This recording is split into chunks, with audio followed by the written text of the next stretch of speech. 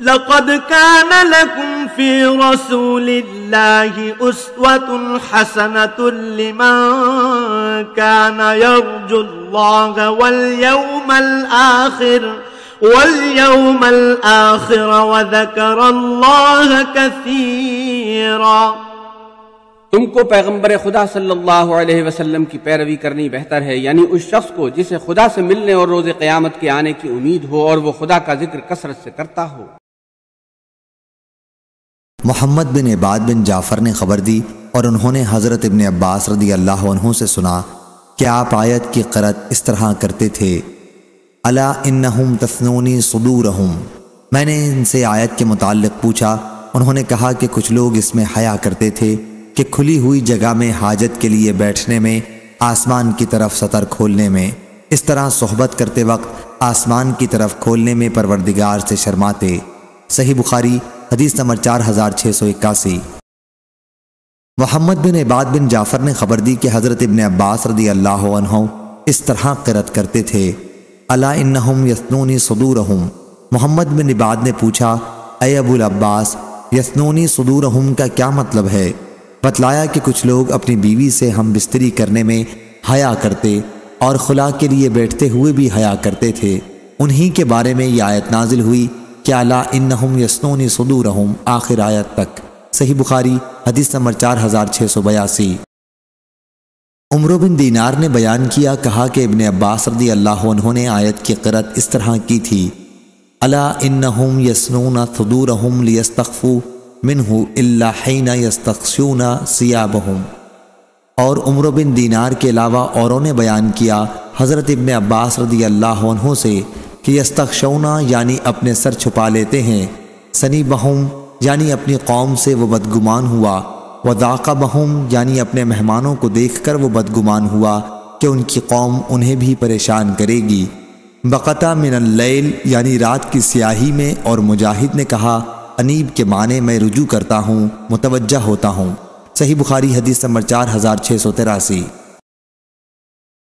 ابو زناد نے بیان کیا ان سے اعرج نے اور ان سے حضرت ابو ہریرہ رضی اللہ عنہ نے کہ رسول اللہ صلی اللہ علیہ وسلم نے فرمایا، اللہ تعالیٰ فرماتا ہے کہ بندو میری راہ میں خرچ کرو تو میں بھی تم پر خرچ کروں گا، اور فرمایا اللہ کا ہاتھ بھرا ہوا ہے، رات اور دن کے مسلسل خرچ سے بھی اس میں سے کم نہیں ہوتا، اور فرمایا تم نے دیکھا نہیں جب سے اللہ نے آسمان و زمین کو پیدا کیا ہے مسلسل خرچ کیے جا رہا ہے، لیکن اس کے ہاتھ میں کوئی کمی نہیں ہوئی، اس کا عرش پانی پر تھا اور اس کے ہاتھ میں میزان عدل ہے جسے وہ جھکاتا اور اٹھاتا رہتا ہے۔ صحیح بخاری حدیث نمبر 4684۔ قتادہ نے بیان کیا اور ان سے صفوان بن محرز نے کہ حضرت ابن عمر رضی اللہ عنہ طواف کر رہے تھے کہ ایک شخص نام نامعلوم آپ کے سامنے آیا اور پوچھا، اے ابو عبد الرحمن، یا یہ کہا کہ اے ابن عمر، کیا آپ نے رسول اللہ صلی اللہ علیہ وسلم سے سرگوشی کے متعلق کچھ سنا ہے جو اللہ تعالیٰ مومنین سے قیامت کے دن کرے گا؟ انہوں نے بیان کیا کہ میں نے حضرت صلی اللہ علیہ وسلم سے سنا، آپ فرما رہے تھے کہ مومن اپنے رب کے قریب لایا جائے گا، اور حشام نے یدن المؤمنین بجائے یدنی المؤمن کہا، مطلب ایک ہی ہے، یہاں تک کہ اللہ تعالیٰ اپنا ایک جانب اس پر رکھے گا اور اس کے گناہوں کا اقرار کرائے گا کہ فلاں گناہ تجھے یاد ہے؟ بندہ عرض کرے گا، یاد ہے میرے رب، مجھے یاد ہے، 2 مرتبہ اقرار کرے گا، پھر اللہ تعالیٰ فرمائے گا کہ میں نے دنیا میں تیرے گناہوں کو چھپائے رکھا اور آج بھی تیری مغفرت کروں گا، پھر اس کی نیکیوں کا دفتر لپیٹ دیا جائے گا۔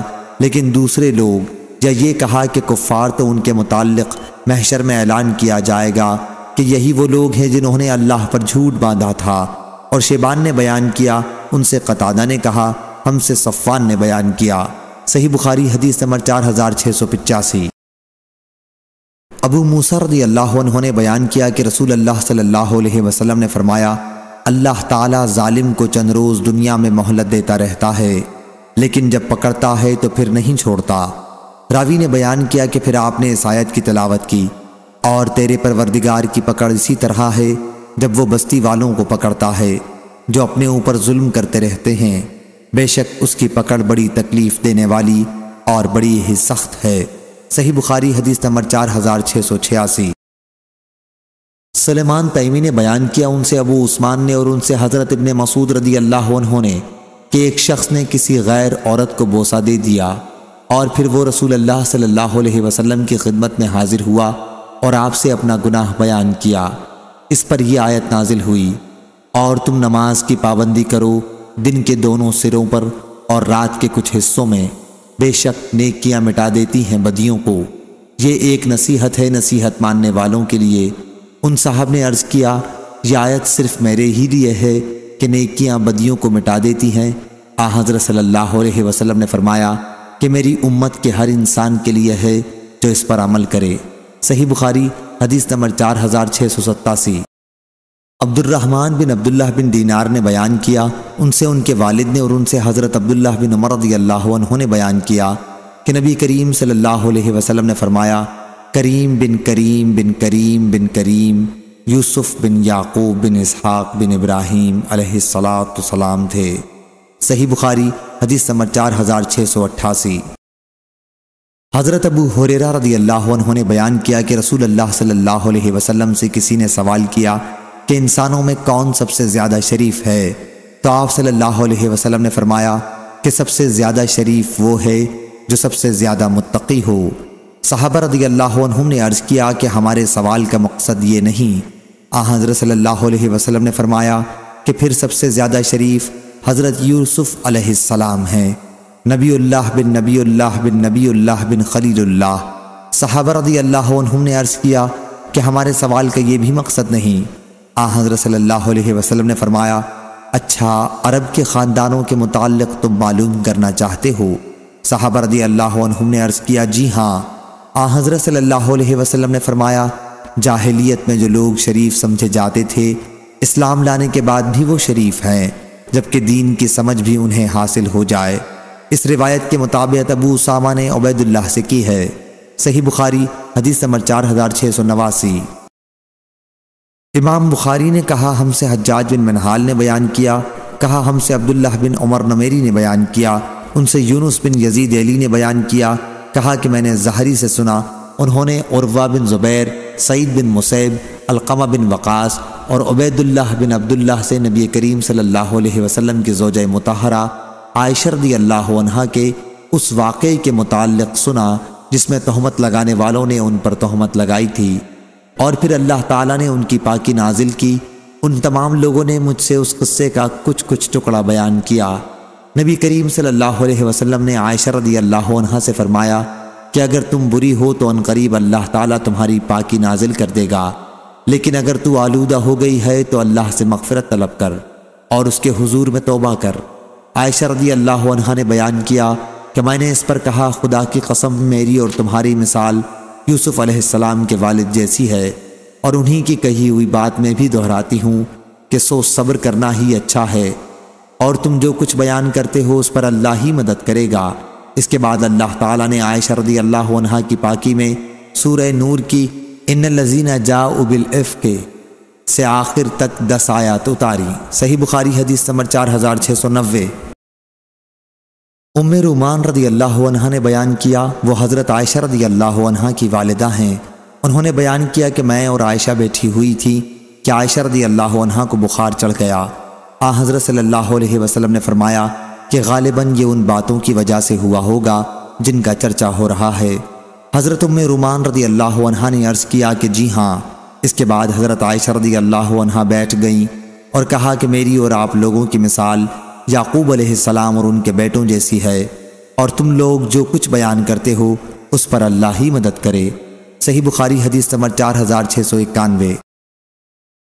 شعبہ نے بیان کیا، ان سے سلیمان نے، ان سے ابو وائل نے کہ حضرت عبداللہ بن مسعود رضی اللہ عنہ نے حیت لکا پڑھا اور کہا کہ جس طرح ہمیں یہ لفظ سکھایا گیا ہے اسی طرح ہم پڑھتے ہیں۔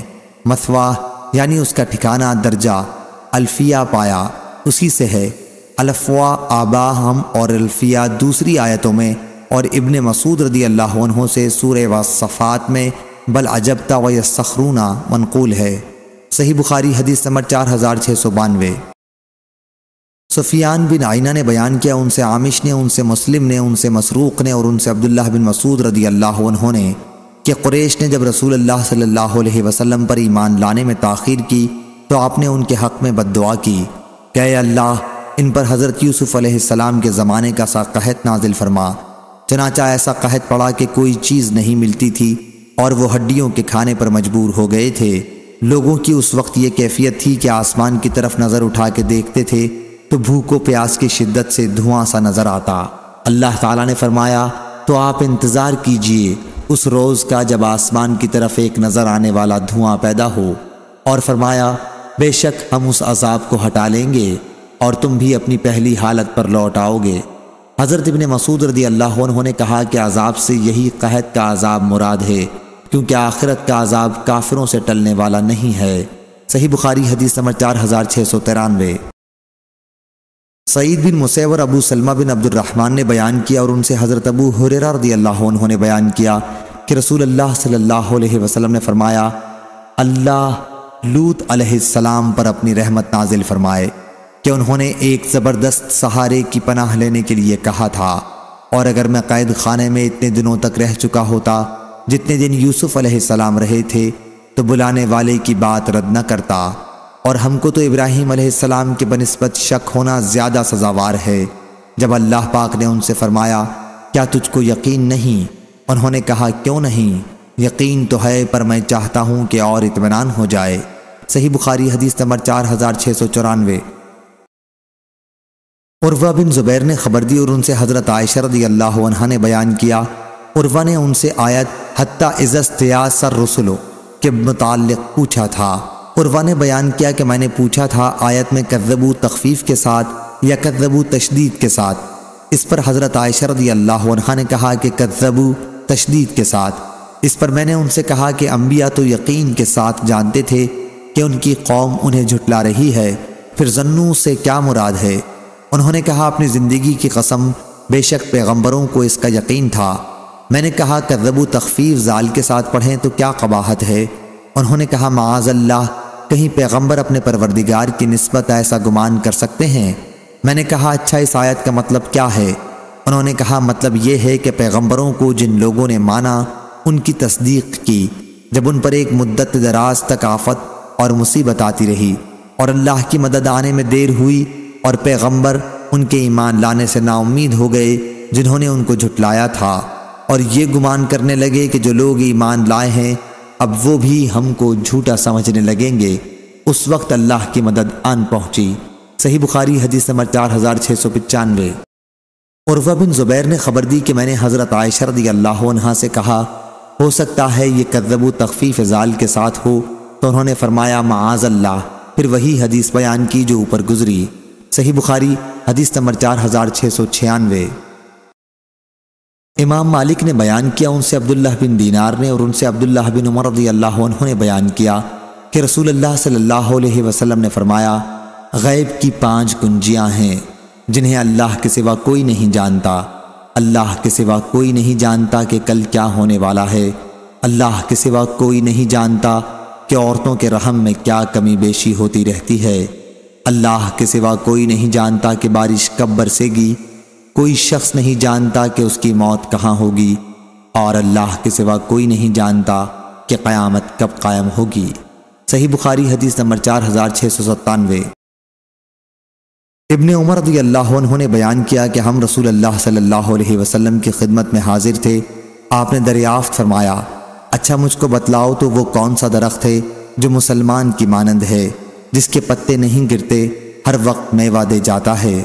ابن عمر رضی اللہ عنہ کہتے ہیں میرے دل میں آیا وہ کھجور کا درخت ہے، مگر میں نے دیکھا کہ حضرت ابو بکر اور عمر رضی اللہ عنہ بیٹھے ہوئے ہیں، انہوں نے جواب نہیں دیا تو مجھ کو ان بزرگوں کے سامنے کلام کرنا اچھا معلوم نہیں ہوا۔ جب ان لوگوں نے کچھ جواب نہیں دیا تو آن حضرت صلی اللہ علیہ وسلم نے خود ہی فرمایا وہ کھجور کا درخت ہے۔ جب ہم اس مجلس سے کھڑے ہوئے تو میں نے اپنے والد حضرت عمر رضی اللہ عنہ سے عرض کیا بابا اللہ کی قسم میرے دل میں آیا تھا کہ میں کہہ دوں وہ کھجور کا درخت ہے۔ انہوں نے کہا پھر تو نے کہہ کیوں نہیں دیا؟ میں نے کہا آپ لوگوں نے کوئی بات نہیں کی، میں نے آگے بڑھ کر بات کرنا مناسب نہ جانا۔ انہوں نے کہا واہ اگر تو اس وقت کہہ دیتا تو مجھ کو اتنے لال لال اونٹ کا مال ملنے سے بھی زیادہ خوشی ہوتی۔ صحیح بخاری حدیث نمبر 4698۔ علقمہ بن مرثد نے خبر دی، انہوں نے کہا کہ میں نے سعد بن عبیدہ سے سنا اور انہوں نے برا بن عازب رضی اللہ عنہ سے کہ رسول اللہ صلی اللہ علیہ وسلم نے فرمایا، مسلمان سے جب قبر میں سوال ہوگا تو وہ گواہی دے گا کہ اللہ کے سوا کوئی معبود نہیں اور یہ کہ محمد اللہ کے رسول ہیں۔ اللہ تعالیٰ کے ارشاد، اللہ ایمان والوں کو اس پکی بات کی برکت سے مضبوط رکھتا ہے، دنیاوی زندگی میں بھی اور آخرت میں بھی کا یہی مطلب ہے۔ صحیح بخاری حدیث نمبر 4699۔ سفیان بن عینہ نے بیان کیا، ان سے عمرو بن دینار نے، ان سے عطا بن ابی رباح نے اور انہوں نے حضرت ابن عباس رضی اللہ عنہ سے سنا کہ آیت الم تر الی الذین بدلوا نعمت اللہ کفرا میں کفار سے اہل مکہ مراد ہیں۔ صحیح بخاری حدیث نمبر 4700۔ سفیان بن عینہ نے بیان کیا، ان سے عمرو بن دینار نے، ان سے اکرمہ نے اور ان سے حضرت ابو ہریرہ رضی اللہ عنہ نے نبی کریم صلی اللہ علیہ وسلم سے کیا آپ نے فرمایا، جب اللہ تعالیٰ آسمان میں کوئی فیصلہ فرماتا ہے تو ملائکہ عاجزی سے اپنے پر مارنے لگتے ہیں، جیسا کہ اللہ تعالیٰ کے ارشاد میں ہے کہ جیسے کسی صاف چکنے پتھر پر زنجیر کے مارنے سے آواز پیدا ہوتی ہے۔ اور علی بن عبداللہ المدینی نے بیان کیا کہ سفیان بن عینہ کے سوا اور راویوں نے صفوان کے بعد ینفذہم ذالک، جس سے ان پر دہشت طاری ہوتی ہے کہ الفاظ کہے ہیں، پھر اللہ پاک اپنا حکم فرشتوں تک پہنچا دیتا ہے، جب ان کے دلوں پر سے ڈر جاتا رہتا ہے تو دوسرے دور والے فرشتے نزدیک والے فرشتوں سے پوچھتے ہیں، پروردگار نے کیا حکم صادر فرمایا؟ نزدیک والے فرشتے کہتے ہیں، بجائے ارشاد فرمایا اور وہ اونچا ہے بڑا۔ فرشتوں کی یہ باتیں چوری سے بات اڑانے والے شیطان پا لیتے ہیں، یہ بات اڑانے والے شیطان اوپر تلے رہتے ہیں ایک پر ایک۔ سفیان نے اپنی دائیں ہاتھ کی انگلیاں کھول کر ایک پر ایک کر کے بتلایا کہ اس طرح شیطان اوپر تلے رہ کر وہاں جاتے ہیں۔ پھر کبھی ایسا ہوتا ہے فرشتے خبر پا کر آگ کا شعلہ پھینکتے ہیں، وہ بات سننے والے کو اس سے پہلے جلا ڈالتا ہے کہ وہ اپنے پیچھے والے کو وہ بات پہنچا دے۔ کبھی ایسا ہوتا ہے کہ وہ شعلہ اس تک نہیں پہنچتا اور وہ اپنے نیچے والے شیطان کو وہ بات پہنچا دیتا ہے، وہ اس سے نیچے والے کو اس طرح وہ بات زمین تک پہنچا دیتے ہیں یہاں تک کہ زمین تک آ پہنچتی ہے۔ کبھی سفیان نے یوں کہا، پھر وہ بات نجومی کے منہ پر ڈالی جاتی ہے، وہ ایک بات میں 100 باتیں جھوٹ اپنی طرف سے ملا کر لوگوں سے بیان کرتا ہے، کوئی بات اس کی سچ نکلتی ہے تو لوگ کہنے لگتے ہیں، دیکھو اس نجومی نے فلاں دن ہم کو یہ خبر دی تھی کہ آئندہ ایسا ہوگا اور ویسا ہی ہوا، اس کی بات سچ نکلی، یہ وہ بات ہوتی ہے جو آسمان سے چرائی گئی تھی۔ صحیح بخاری حدیث نمبر 4701۔ حضرت عبداللہ بن عمر رضی اللہ عنہ نے بیان کیا کہ رسول اللہ صلی اللہ علیہ وسلم نے اصحاب حجر کے متعلق فرمایا تھا کہ اس قوم کی بستی سے جب گزرنا ہی پڑ گیا ہے تو روتے ہوئے گزرو، اور اگر روتے ہوئے نہیں گزر سکتے تو پھر اس میں نہ جاؤ، کہیں تم پر بھی وہی عذاب نہ آئے جو ان پر آیا تھا۔ صحیح بخاری حدیث نمبر 4702۔ ابو سعید بن معالی رضی اللہ عنہ نے بیان کیا کہ رسول اللہ صلی اللہ علیہ وسلم میرے پاس سے گزرے، میں اس وقت نماز پڑھ رہا تھا، حضرت صلی اللہ علیہ وسلم نے مجھے بلایا، میں نماز سے فارغ ہونے کے بعد خدمت میں حاضر ہوا، آپ نے دریافت فرمایا کہ فوراً ہی کیوں نہ آئے؟ عرض کیا کہ نماز پڑھ رہا تھا۔ اس پر آپ صلی اللہ علیہ وسلم نے فرمایا، کیا اللہ نے تم لوگوں کو حکم نہیں دیا ہے کہ اے ایمان والو، جب اللہ اور اس کے رسول تمہیں بلائیں تو لبیک کہو؟ پھر آپ نے فرمایا، کیوں نہ آج میں تمہیں مسجد سے نکلنے سے پہلے قرآن کی سب سے عظیم سورت بتاؤں؟ پھر آپ بتانے سے پہلے مسجد سے باہر تشریف لے جانے کے لیے اٹھے تو میں نے بات یاد دلائی، آپ نے فرمایا کہ سورہ الحمدللہ رب العالمین، یہی سبع مثانی ہے اور یہی قرآن عظیم ہے جو مجھے دیا گیا ہے۔ صحیح بخاری حدیث نمبر 4703۔ حضرت ابو ہریرہ رضی اللہ عنہ نے بیان کیا کہ رسول اللہ صلی اللہ علیہ وسلم نے فرمایا، ام القرآن یعنی سورہ فاتحہ ہی سبع مثانی اور قرآن عظیم ہے۔ صحیح بخاری حدیث نمبر 4704۔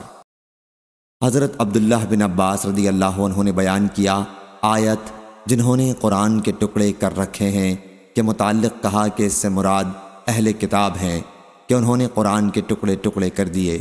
صحیح بخاری حدیث نمبر 4705۔ ابو زبیان حسین بن جندب نے بیان کیا اور ان سے حضرت ابن عباس رضی اللہ عنہ نے بیان کیا کہ آیت کما انزلنا علی المستقیمین سے یہود و نصارہ مراد ہیں۔ کچھ قرآن انہوں نے مانا، کچھ نہ مانا۔ صحیح بخاری حدیث نمبر 4706۔ حضرت انس بن مالک رضی اللہ عنہ نے بیان کیا رسول اللہ صلی اللہ علیہ وسلم دعا کیا کرتے تھے، اے اللہ میں تیری پناہ مانگتا ہوں بخل سے، سستی سے، ارذل العمر سے، ردی اور خراب عمر 80 یا 90 سال کے بعد، عذاب قبر سے، دجال کے فتنے سے، اور زندگی اور موت کے فتنے سے۔ صحیح بخاری حدیث نمبر 4707۔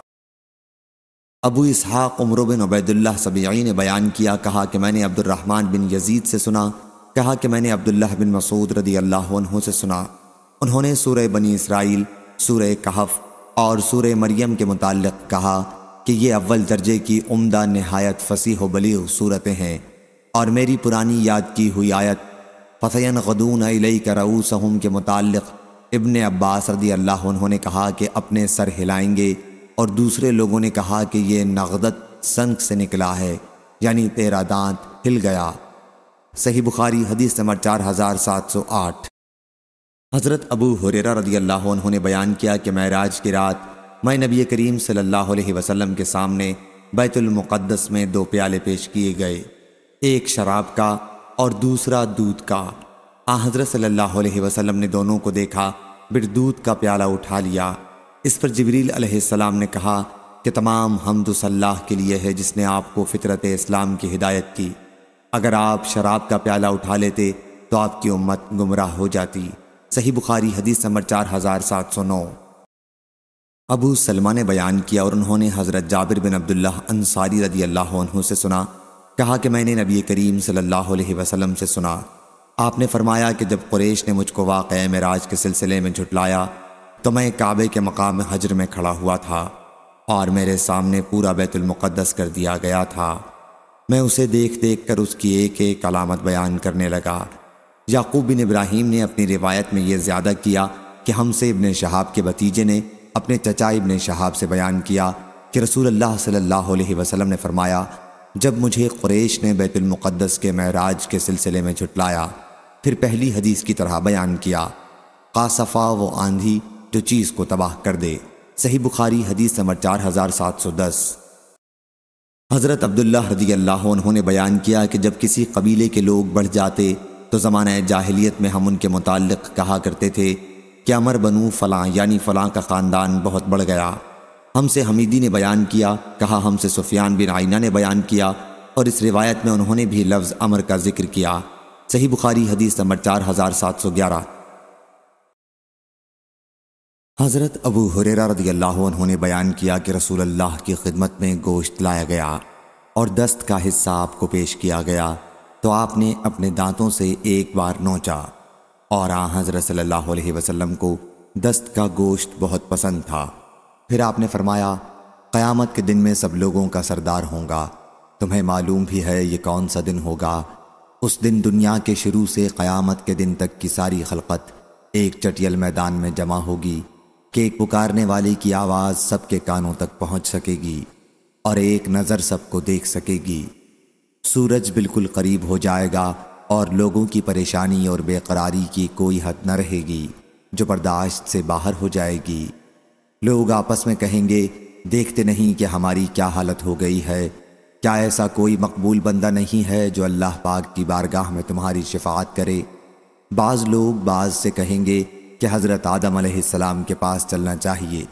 چنانچہ سب لوگ حضرت آدم علیہ السلام کی خدمت میں حاضر ہوں گے اور عرض کریں گے، آپ انسانوں کے پردادا ہیں، اللہ تعالیٰ نے آپ کو اپنے ہاتھ سے پیدا کیا اور اپنی طرح سے خصوصیت کے ساتھ فرشتوں کو حکم دیا اور انہوں نے آپ کو سجدہ کیا، اس لیے آپ رب کے حضور میں ہماری شفاعت کر دیں۔ آپ دیکھ رہے ہیں کہ ہم کس حال کو پہنچ چکے ہیں۔ حضرت آدم علیہ السلام کہیں گے کہ میرا رب آج انتہائی غضبناک ہے، اس سے پہلے اتنا غضبناک وہ کبھی نہیں ہوا تھا اور نہ آج کے بعد کبھی اتنا غضبناک ہوگا، اور رب العزت نے مجھے بھی درخت سے روکا تھا لیکن میں نے اس کی نافرمانی کی، بس نفسی نفسی نفسی، مجھ کو اپنی فکر ہے، تم کسی اور کے پاس جاؤ۔ ہاں، حضرت نوح علیہ السلام کے پاس جاؤ۔ چنانچہ سب لوگ حضرت نوح علیہ السلام کی خدمت میں حاضر ہوں گے اور ان سے عرض کریں گے، اے نوح، آپ سب سے پہلے پیغمبر ہیں جو اہل زمین کی طرف بھیجے گئے تھے، اور آپ کو اللہ نے شکر گزار بندہ، عبد شکور کا خطاب دیا۔ آپ ہی ہمارے لیے اپنے رب کے حضور میں شفاعت کر دیں۔ آپ دیکھ رہے ہیں کہ ہم کس حالت کو پہنچ گئے ہیں۔ حضرت نوح علیہ السلام بھی کہیں گے کہ میرا رب آج اتنا غضبناک ہے کہ اس سے پہلے کبھی اتنا غضبناک نہیں تھا، اور نہ آج کے بعد کبھی اتنا غضبناک ہوگا، اور مجھے ایک دعا کی قبولیت کا یقین دلایا گیا تھا جو میں نے اپنی قوم کے خلاف کر لی تھی۔ نفسی نفسی نفسی، آج مجھ کو اپنے ہی نفس کی فکر ہے، تم میرے سوا کسی اور کے پاس جاؤ۔ حضرت ابراہیم علیہ السلام کے پاس جاؤ۔ سب لوگ حضرت ابراہیم علیہ السلام کی خدمت میں حاضر ہوں گے اور عرض کریں گے، اے ابراہیم علیہ السلام، آپ اللہ کے نبی اور اللہ کے خلیل ہیں، روئے زمین میں منتخب، آپ ہماری شفاعت کیجئے۔ آپ ملاحظہ فرما رہے ہیں کہ ہم کس حالت کو پہنچ چکے ہیں۔ حضرت ابراہیم علیہ السلام بھی کہیں گے کہ آج میرا رب بہت غضبناک ہے، اتنا غضبناک نہ وہ پہلے ہوا تھا اور نہ آج کے بعد ہوگا۔ میں نے 3 جھوٹ بولے تھے۔ راوی ابو حیان نے اپنی روایت میں ان تینوں کا ذکر کیا ہے۔ نفسی نفسی نفسی، مجھ کو اپنے نفس کی فکر ہے، میرے سوا کسی اور کے پاس جاؤ۔ ہاں، حضرت موسیٰ علیہ السلام کے پاس جاؤ۔ سب لوگ حضرت موسیٰ علیہ السلام کی خدمت میں حاضر ہوں گے اور عرض کریں گے، اے موسیٰ علیہ السلام، آپ اللہ کے رسول ہیں، اللہ تعالیٰ نے آپ کو اپنی طرف سے رسالت اور اپنے کلام کے ذریعے فضیلت دی، آپ ہماری شفاعت اپنے رب کے حضور میں کریں۔ آپ ملاحظہ فرما سکتے ہیں کہ ہم کس حالت کو پہنچ چکے ہیں۔ حضرت موسیٰ علیہ السلام کہیں گے کہ آج اللہ تعالیٰ بہت غضبناک ہے، اتنا غضبناک کہ وہ نہ پہلے کبھی ہوا تھا اور نہ آج کے بعد کبھی ہوگا، اور میں نے ایک شخص کو قتل کر دیا تھا، حالانکہ اللہ کی طرف سے مجھے اس کا کوئی حکم نہیں ملا تھا۔ نفسی نفسی نفسی، بس مجھ کو آج اپنی فکر ہے، میرے سوا کسی اور کے پاس جاؤ۔ ہاں، حضرت عیسیٰ علیہ السلام کے پاس جاؤ۔ سب لوگ عیسیٰ علیہ السلام کی خدمت میں حاضر ہوں گے اور عرض کریں گے، اے حضرت عیسیٰ علیہ السلام، آپ اللہ کے رسول اور اس کا کلمہ ہیں جسے اللہ نے مریم رضی اللہ عنہا پر ڈالا تھا، اور اللہ کی طرف سے روح ہیں۔ آپ نے بچپن میں ماں کی گود ہی میں لوگوں سے بات کی تھی، ہماری شفاعت کیجیے۔ آپ ملاحظہ فرما سکتے ہیں کہ ہماری کیا حالت ہو چکی ہے۔ حضرت عیسیٰ علیہ السلام بھی کہیں گے کہ میرا رب آج اس درجہ غضبناک ہے کہ نہ اس سے پہلے کبھی اتنا غضبناک ہوا تھا اور نہ کبھی ہوگا، اور آپ کسی لغزش کا ذکر نہیں کریں گے، صرف اتنا کہیں گے، نفسی نفسی نفسی، میرے سوا کسی اور کے پاس جاؤ۔ ہاں، محمد صلی اللہ علیہ وسلم کے پاس جاؤ۔ سب لوگ حضرت صلی اللہ علیہ وسلم کی خدمت میں حاضر ہوں گے اور عرض کریں گے، اے محمد صلی اللہ علیہ وسلم، آپ اللہ کے رسول اور سب سے آخری پیغمبر ہیں، اور اللہ تعالیٰ نے آپ کے تمام اگلے پچھلے گناہ معاف کر دیے ہیں، اپنے رب کے دربار میں ہماری شفاعت کیجیے۔ آپ خود ملاحظہ فرما سکتے ہیں کہ ہم کس حالت کو پہنچ چکے ہیں۔ حضرت صلی اللہ علیہ وسلم نے فرمایا کہ آخر میں آگے بڑھوں گا اور عرش تلے پہنچ کر اپنے رب عز و جل کے لیے سجدے میں گر پڑوں گا، پھر اللہ تعالیٰ مجھ پر اپنی حمد اور حسن ثنا کے دروازے کھول دے گا کہ مجھ سے پہلے کسی کو وہ طریقے اور وہ محامد نہیں بتائے تھے۔ پھر کہا جائے گا، اے محمد صلی اللہ علیہ وسلم، اپنا سر اٹھائیے، مانگیے آپ کو دیا جائے گا، شفاعت کیجئے آپ کی شفاعت قبول ہو جائے گی۔ اب میں اپنا سر اٹھاؤں گا اور عرض کروں گا، اے میرے رب میری امت، اے میرے رب میری امت پر کرم کر۔ کہا جائے گا، اے محمد صلی اللہ علیہ وسلم، اپنی امت کے ان لوگوں کو جن پر کوئی حساب نہیں ہے جنت کے داہنے دروازے سے داخل کیجئے، ویسے انہیں اختیار ہے، جس دروازے سے چاہیں دوسرے لوگوں کے ساتھ داخل ہو سکتے ہیں۔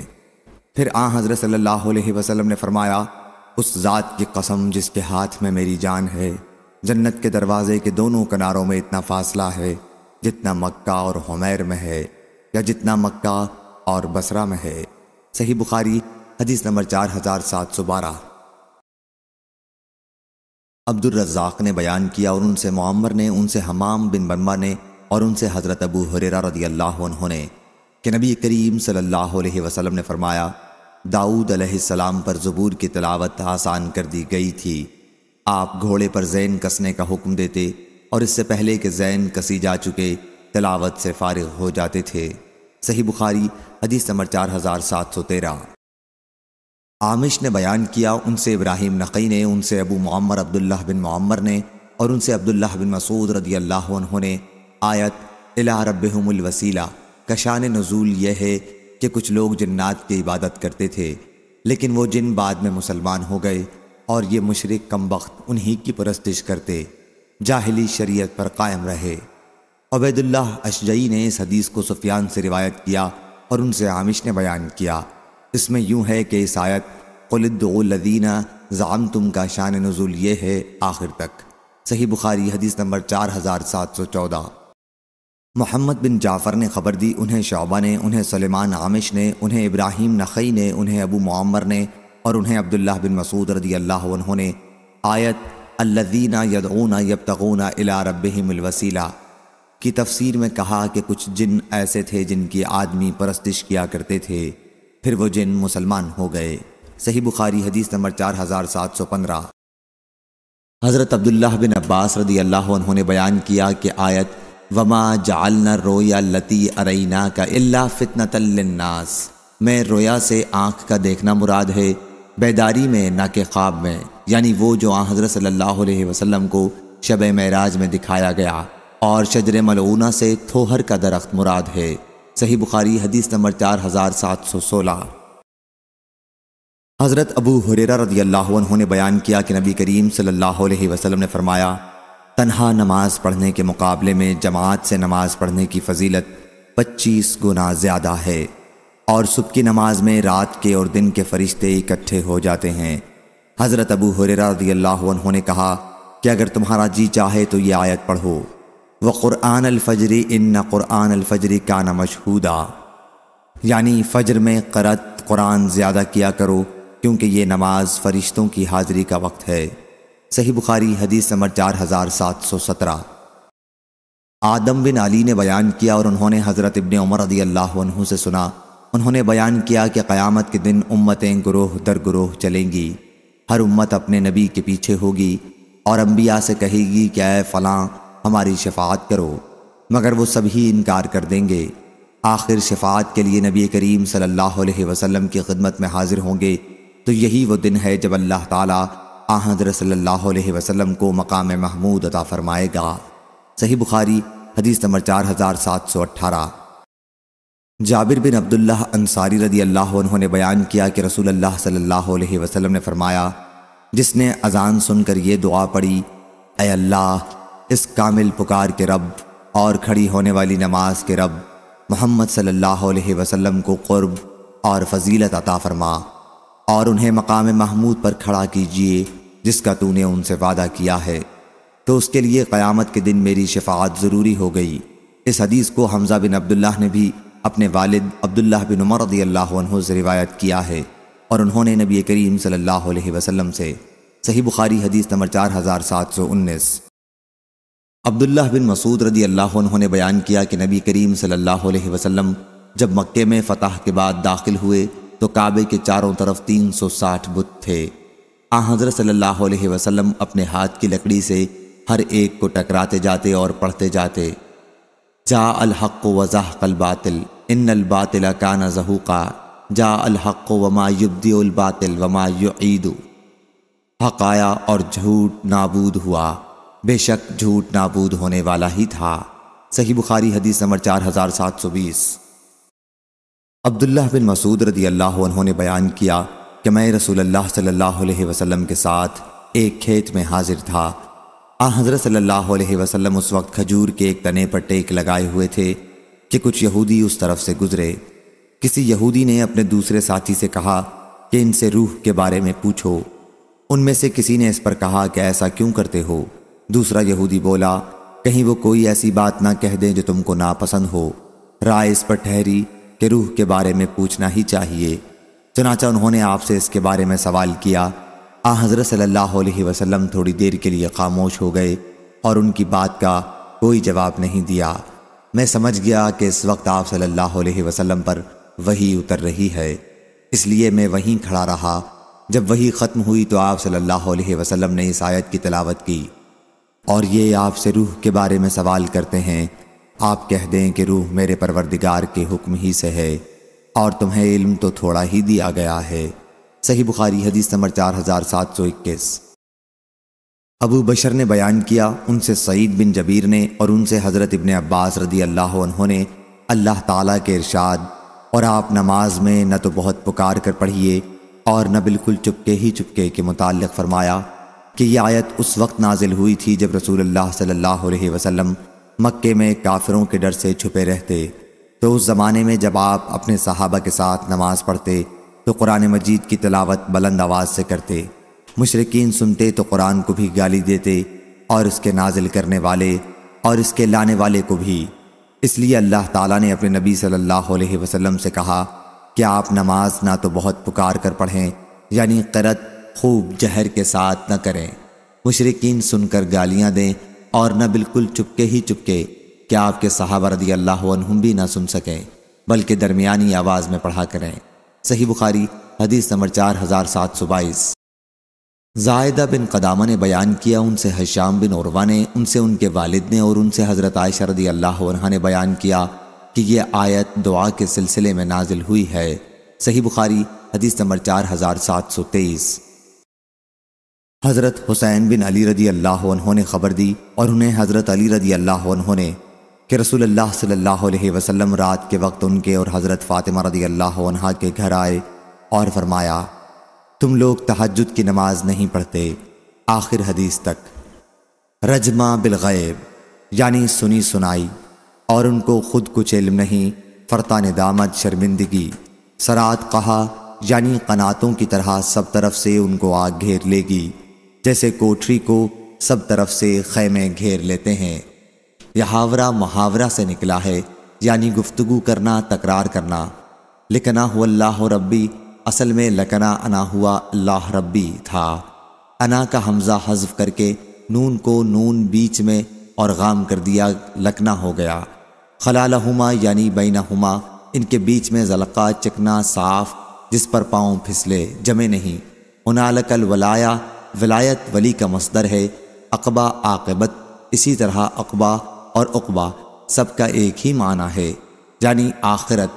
قیلن اور قبلن اور قبلن تینوں طرح پڑھا ہے، یعنی سامنے آنا۔ لید حزواد حز سے نکلا ہے، یعنی پھسلانا۔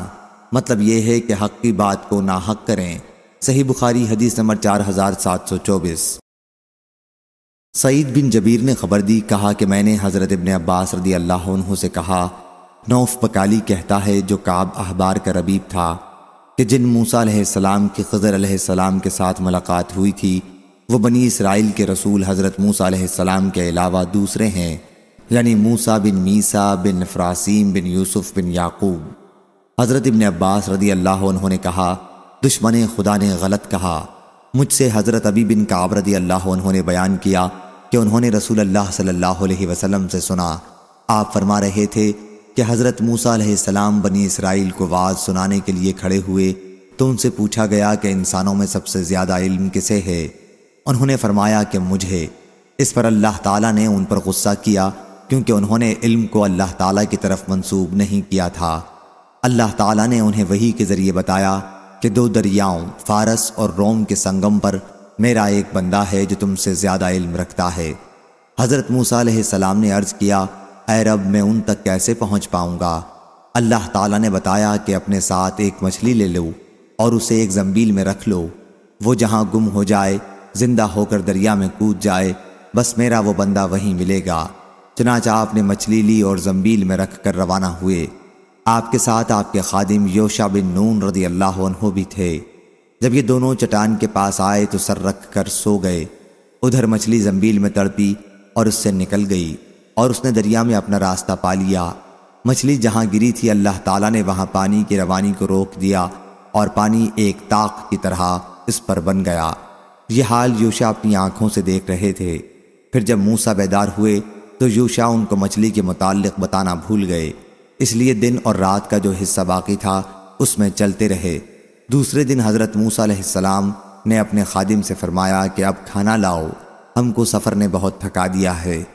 حضرت صلی اللہ علیہ وسلم نے فرمایا کہ حضرت موسیٰ علیہ السلام اس وقت تک نہیں تھکے جب تک وہ اس مقام سے نہ گزر چکے جس کا اللہ تعالیٰ نے انہیں حکم دیا تھا۔ اب ان کے خادم نے کہا، آپ نے نہیں دیکھا جب ہم چٹان کے پاس تھے تو مچھلی کے متعلق بتانا بھول گیا تھا، اور صرف شیطان نے یاد رہنے نہیں دیا، اس نے تو عجیب طریقے سے اپنا راستہ بنا لیا تھا۔ حضرت صلی اللہ علیہ وسلم نے فرمایا، مچھلی نے تو دریا میں اپنا راستہ لیا، اور حضرت موسیٰ علیہ السلام اور ان کے خادم کو مچھلی کا جو نشان پانی میں اب تک موجود تھا دیکھ کر تعجب ہوا۔ حضرت موسیٰ علیہ السلام نے فرمایا کہ یہ وہی جگہ تھی جس کی تلاش میں ہم تھے۔ چنانچہ دونوں حضرات پیچھے اسی راستے سے لوٹے۔ بیان کیا کہ دونوں حضرات پیچھے اپنے نقش قدم پر چلتے چلتے آخر اس چٹان تک پہنچ گئے۔ وہاں انہوں نے دیکھا کہ ایک صاحب خضر علیہ السلام کپڑے میں لپٹے ہوئے وہاں بیٹھے ہیں۔ حضرت موسیٰ علیہ السلام نے انہیں سلام کیا۔ حضرت خضر علیہ السلام نے کہا، تم کون ہو؟ تمہارے ملک میں سلام کہاں سے آ گیا؟ موسیٰ علیہ السلام نے فرمایا کہ میں موسیٰ علیہ السلام ہوں۔ پوچھا، بنی اسرائیل کے موسیٰ؟ فرمایا کہ جی ہاں، آپ کے پاس اس غرض سے حاضر ہوا ہوں تاکہ جو ہدایت کا علم آپ کو حاصل ہے وہ مجھے بھی سکھا دیں۔ حضرت خضر علیہ السلام نے فرمایا، موسیٰ آپ میرے ساتھ صبر نہیں کر سکتے، مجھے اللہ تعالیٰ کی طرف سے ایک خاص علم ملا ہے جسے آپ نہیں جانتے، اسی طرح آپ کو اللہ تعالیٰ کی طرف سے جو علم ملا ہے وہ میں نہیں جانتا۔ حضرت موسیٰ علیہ السلام نے فرمایا، انشاءاللہ آپ مجھے صابر پائیں گے اور میں کسی معاملے میں آپ کے خلاف نہیں کروں گا۔ حضرت خضر علیہ السلام نے فرمایا، اچھا اگر آپ میرے ساتھ چلیں تو کسی چیز کے متعلق سوال نہ کریں یہاں تک کہ میں خود آپ کو اس کے متعلق بتا دوں گا۔ اب یہ دونوں سمندر کے کنارے کنارے روانہ ہوئے۔ اتنے میں ایک کشتی گزری۔ انہوں نے کشتی والے سے بات کی کہ انہیں بھی اس پر سوار کر لیں۔ کشتی والوں نے حضرت خضر علیہ السلام کو پہچان لیا اور کسی کرائے کے بغیر انہیں سوار کر لیا۔ جب یہ دونوں کشتی پر بیٹھ گئے تو حضرت خضر علیہ السلام نے کلہاڑے سے کشتی کا ایک تختہ نکال ڈالا۔ اس پر حضرت موسیٰ علیہ السلام نے دیکھا تو حضرت خضر علیہ السلام سے کہا کہ ان لوگوں نے ہمیں بغیر کسی کرائے کے اپنی کشتی میں سوار کر لیا تھا اور آپ نے انہی کی کشتی کو چیر ڈالا تاکہ سارے مسافر ڈوب جائیں۔ بلا شبہ آپ نے یہ بڑا ناگوار کام کیا ہے۔ حضرت خضر علیہ السلام نے فرمایا، کیا میں نے آپ سے پہلے ہی نہ کہا تھا کہ آپ میرے ساتھ صبر نہیں کر سکتے؟ حضرت موسیٰ علیہ السلام نے فرمایا، جو بات میں بھول گیا تھا اس پر آپ مجھے معاف کر دیں اور میرے معاملے میں تنگی نہ کریں۔ بیان کیا کہ رسول اللہ صلی اللہ علیہ وسلم نے فرمایا، یہ پہلی مرتبہ حضرت موسیٰ علیہ السلام نے بھول کر انہیں ٹوکا تھا۔ راوی نے بیان کیا کہ اتنے میں ایک چڑیا آئی اور اس نے کشتی کے کنارے بیٹھ کر سمندر میں ایک مرتبہ اپنی چونچ ماری تو خضر علیہ السلام نے حضرت موسیٰ علیہ السلام سے کہا کہ میرے اور آپ کے علم کی حیثیت اللہ کے علم کے مقابلے میں اس سے زیادہ نہیں ہے جتنا اس چڑیا نے اس سمندر کے پانی سے کم کیا ہے۔ پھر یہ دونوں کشتی سے اتر گئے۔ ابھی وہ سمندر کے کنارے چل ہی رہے تھے کہ حضرت خضر علیہ السلام نے ایک بچے کو دیکھا جو دوسرے بچوں کے ساتھ کھیل رہا تھا۔ آپ نے اس بچے کا سر اپنے ہاتھ میں دبایا اور اسے گردن سے اکھاڑ دیا اور اس کی جان لے لی۔ حضرت موسیٰ علیہ السلام اس پر بولے، آپ نے ایک بے گناہ کی جان بغیر کسی جان کے بدلے کے لے لی، یا آپ نے بڑا ناپسند کام کیا۔ خضر علیہ السلام نے فرمایا کہ میں تو پہلے ہی کہہ چکا تھا کہ آپ میرے ساتھ صبر نہیں کر سکتے۔ سفیان بن عینہ راوی حدیث نے کہا، اور یہ کام تو پہلے سے بھی زیادہ سخت تھا۔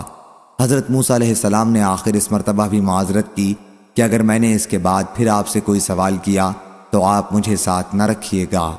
آپ میرا بار بار عذر سن چکے ہیں، اس کے بعد میرے لیے بھی عذر کا کوئی موقع نہ رہے گا۔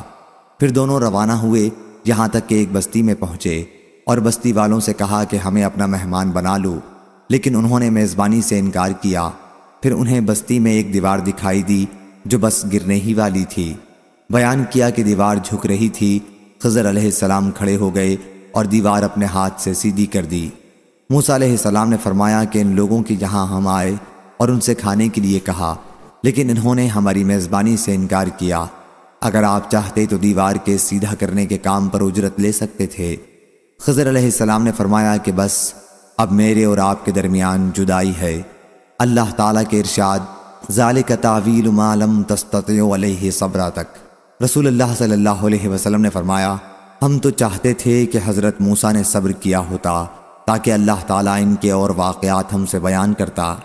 سعید بن جبیر نے بیان کیا کہ عبداللہ بن عباس رضی اللہ عنہ اس آیت کی تلاوت کرتے تھے جس میں خضر علیہ السلام نے اپنے کاموں کی وجہ بیان کی ہے کہ کشتی والوں کے آگے ایک بادشاہ تھا جو ہر اچھی کشتی کو چھین لیا کرتا تھا، اور اس کی بھی آپ تلاوت کرتے تھے کہ اور وہ غلام جس کی گردن حضرت خضر علیہ السلام نے توڑ دی تھی تو وہ اللہ کے علم میں کافر تھا اور اس کے والدین مومن تھے۔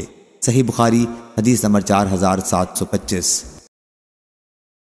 ابن جریج نے خبر دی، کہا کہ مجھے یعلا بن مسلم اور عمرو بن دینار نے خبر دی سعید بن جبیر سے، دونوں میں سے ایک اپنے ساتھی اور دیگر راوی کے مقابلے میں بعض الفاظ زیادہ کہتا ہے، اور ان کے علاوہ ایک اور صاحب نے بھی سعید بن جبیر سے سن کر بیان کیا کہ انہوں نے کہا کہ ہم ابن عباس رضی اللہ عنہ کی خدمت میں ان کے گھر حاضر تھے۔ انہوں نے فرمایا کہ دین کی باتیں مجھ سے کچھ پوچھو۔ میں نے عرض کیا اے ابو عباس، اللہ آپ پر مجھے قربان کرے، کوفہ میں ایک وائز شخص نوف نامی ہے، اور وہ کہتا ہے کہ موسیٰ علیہ السلام خضر علیہ السلام سے ملنے والے وہ نہیں تھے جو بنی اسرائیل کے پیغمبر موسیٰ علیہ السلام ہوئے ہیں۔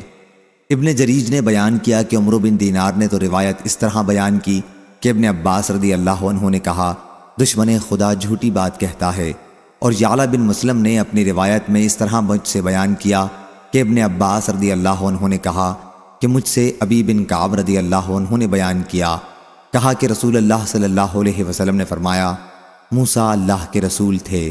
ایک دن آپ نے لوگوں بنی اسرائیل کو ایسا واعظ فرمایا کہ لوگوں کی آنکھوں سے آنسو نکل پڑے اور دل پسیج گئے، تو آپ واپس جانے کے لیے مڑے۔ اس وقت ایک شخص نے ان سے پوچھا اے اللہ کے رسول، کیا دنیا میں آپ سے بڑا کوئی عالم ہے؟ انہوں نے کہا کہ نہیں۔ اس پر اللہ نے موسیٰ پر عطاب نازل کیا کیونکہ انہوں نے علم کی نسبت اللہ تعالیٰ کی طرف نہیں کی تھی، ان کو یوں کہنا چاہیے تھا کہ اللہ ہی جانتا ہے۔ ان سے کہا گیا کہ ہاں تم سے بھی بڑا عالم ہے۔ موسیٰ علیہ السلام نے عرض کیا اے پروردگار وہ کہاں؟ اللہ نے فرمایا جہاں فارس اور روم کے دو دریا ملے ہیں۔ موسیٰ علیہ السلام نے عرض کیا اے پروردگار میرے لیے ان کی نشانی ایسی بتلا دے کہ میں ان تک پہنچ جاؤں۔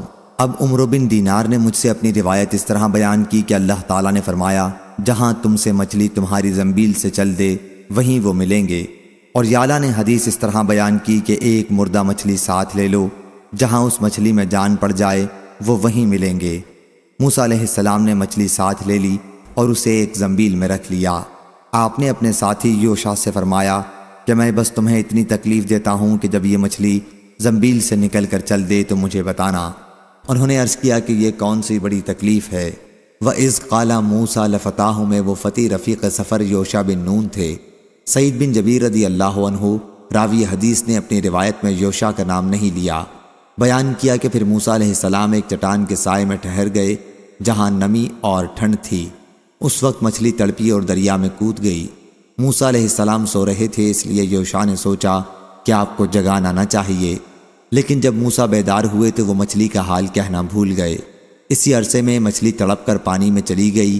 اللہ تعالیٰ نے مچھلی کی جگہ پانی کے بہاؤ کو روک دیا اور مچھلی کا نشان پتھر پر جس پر سے گئی تھی بن گیا۔ عمرو بن دینار نے مجھ ابن جریج سے بیان کیا کہ اس کا نشان پتھر پہ بن گیا، اور دونوں انگوٹھوں اور کلمے کی انگلیوں کو ملا کر ایک حلقے کی طرح اس کو بتایا۔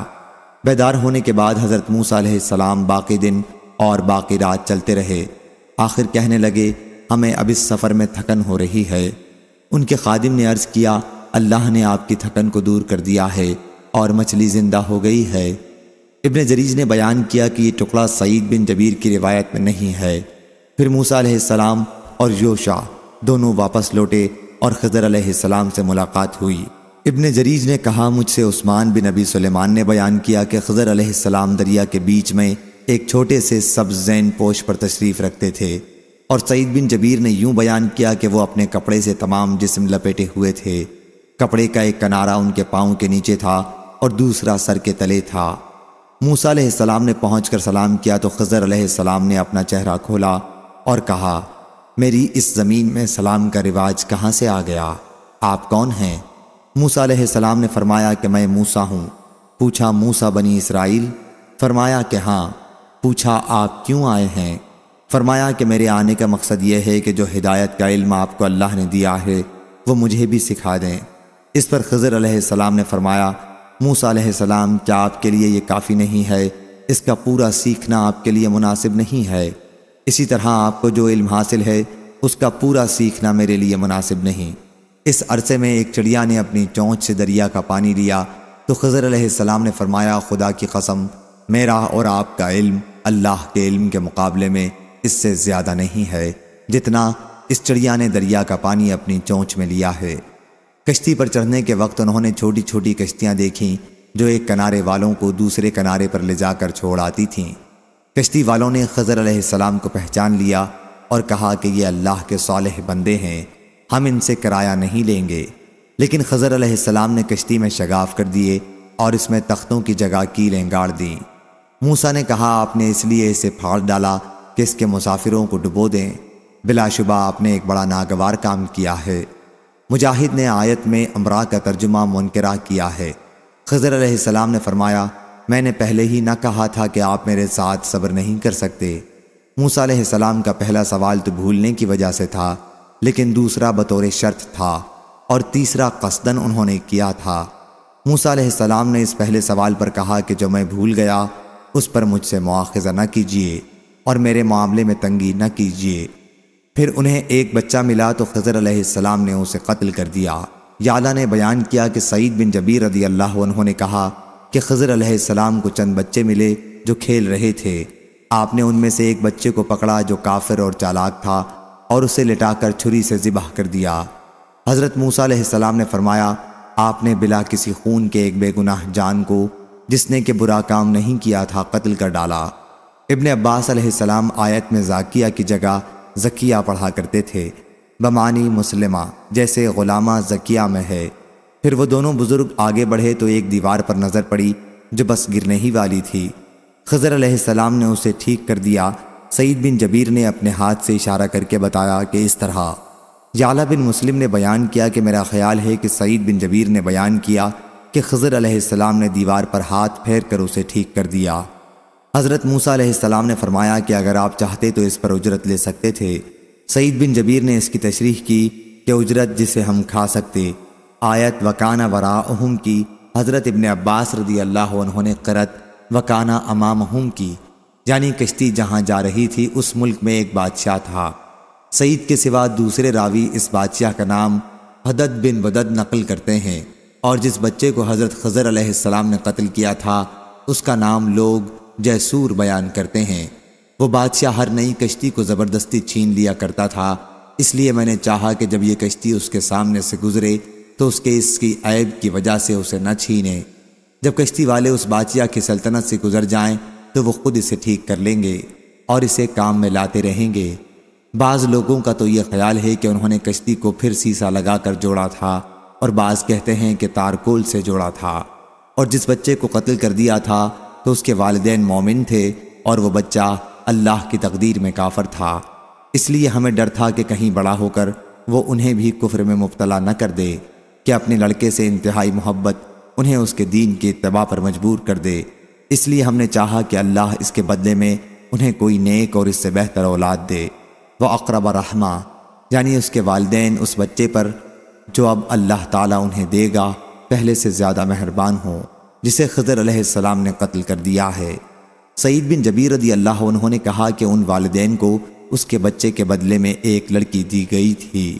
داؤد بن ابی عاصم کئی راویوں سے نقل کرتے ہیں کہ وہ لڑکی ہی تھی۔ صحیح بخاری حدیث نمبر 4726۔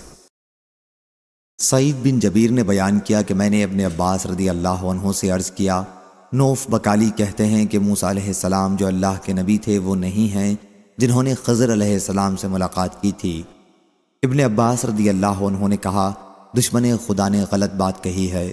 ہم سے حضرت ابی بن کعب رضی اللہ عنہ نے بیان کیا کہ رسول اللہ صلی اللہ علیہ وسلم نے فرمایا، موسیٰ علیہ السلام بنی اسرائیل کو واعظ کرنے کے لیے کھڑے ہوئے تو ان سے پوچھا گیا کہ سب سے بڑا عالم کون شخص ہے؟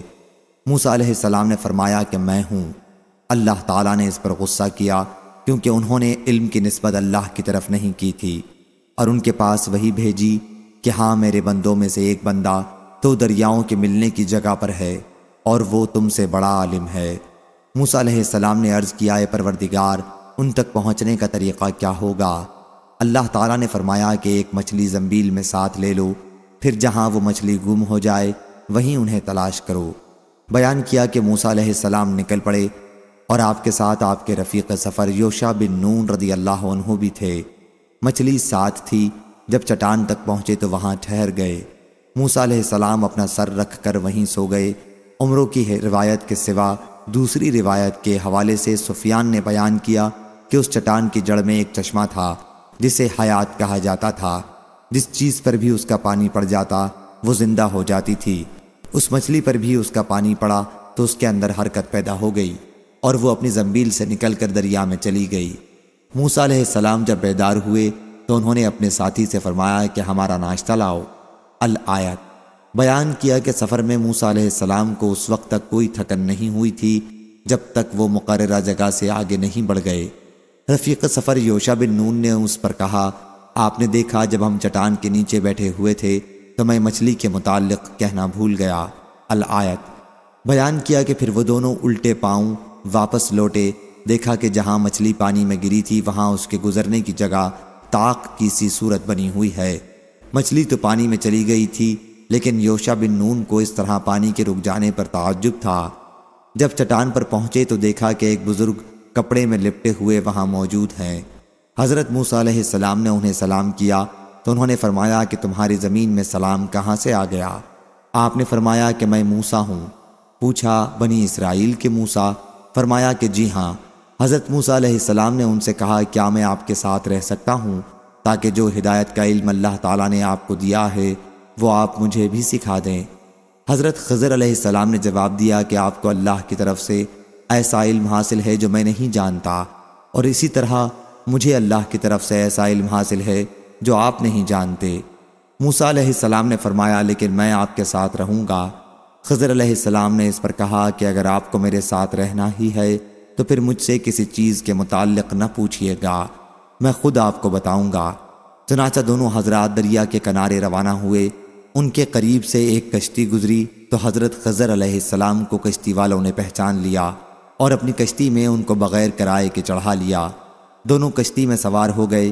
بیان کیا کہ اسی عرصے میں ایک چڑیا کشتی کے کنارے آ کے بیٹھی اور اس نے اپنی چونچ کو دریا میں ڈالا تو خضر علیہ السلام نے موسیٰ علیہ السلام سے فرمایا کہ میرا، آپ کا اور تمام مخلوقات کا علم اللہ کے علم کے مقابلے میں اس سے زیادہ نہیں ہے جتنا اس چڑیا نے اپنی چونچ میں دریا کا پانی لیا ہے۔ بیان کیا کہ پھر یکدم جب حضرت خضر علیہ السلام نے بسولہ اٹھایا اور کشتی کو پھاڑ ڈالا تو حضرت موسیٰ علیہ السلام اس طرف متوجہ ہوئے اور فرمایا، ان لوگوں نے ہمیں بغیر کسی کرائے کے اپنی کشتی میں سوار کر لیا تھا اور آپ نے اس کا بدلہ یہ دیا ہے کہ ان کی کشتی ہی چیر ڈالی تاکہ اس کے مسافر ڈوب مریں۔ بلا شبہ آپ نے بڑا نامناسب کام کیا ہے۔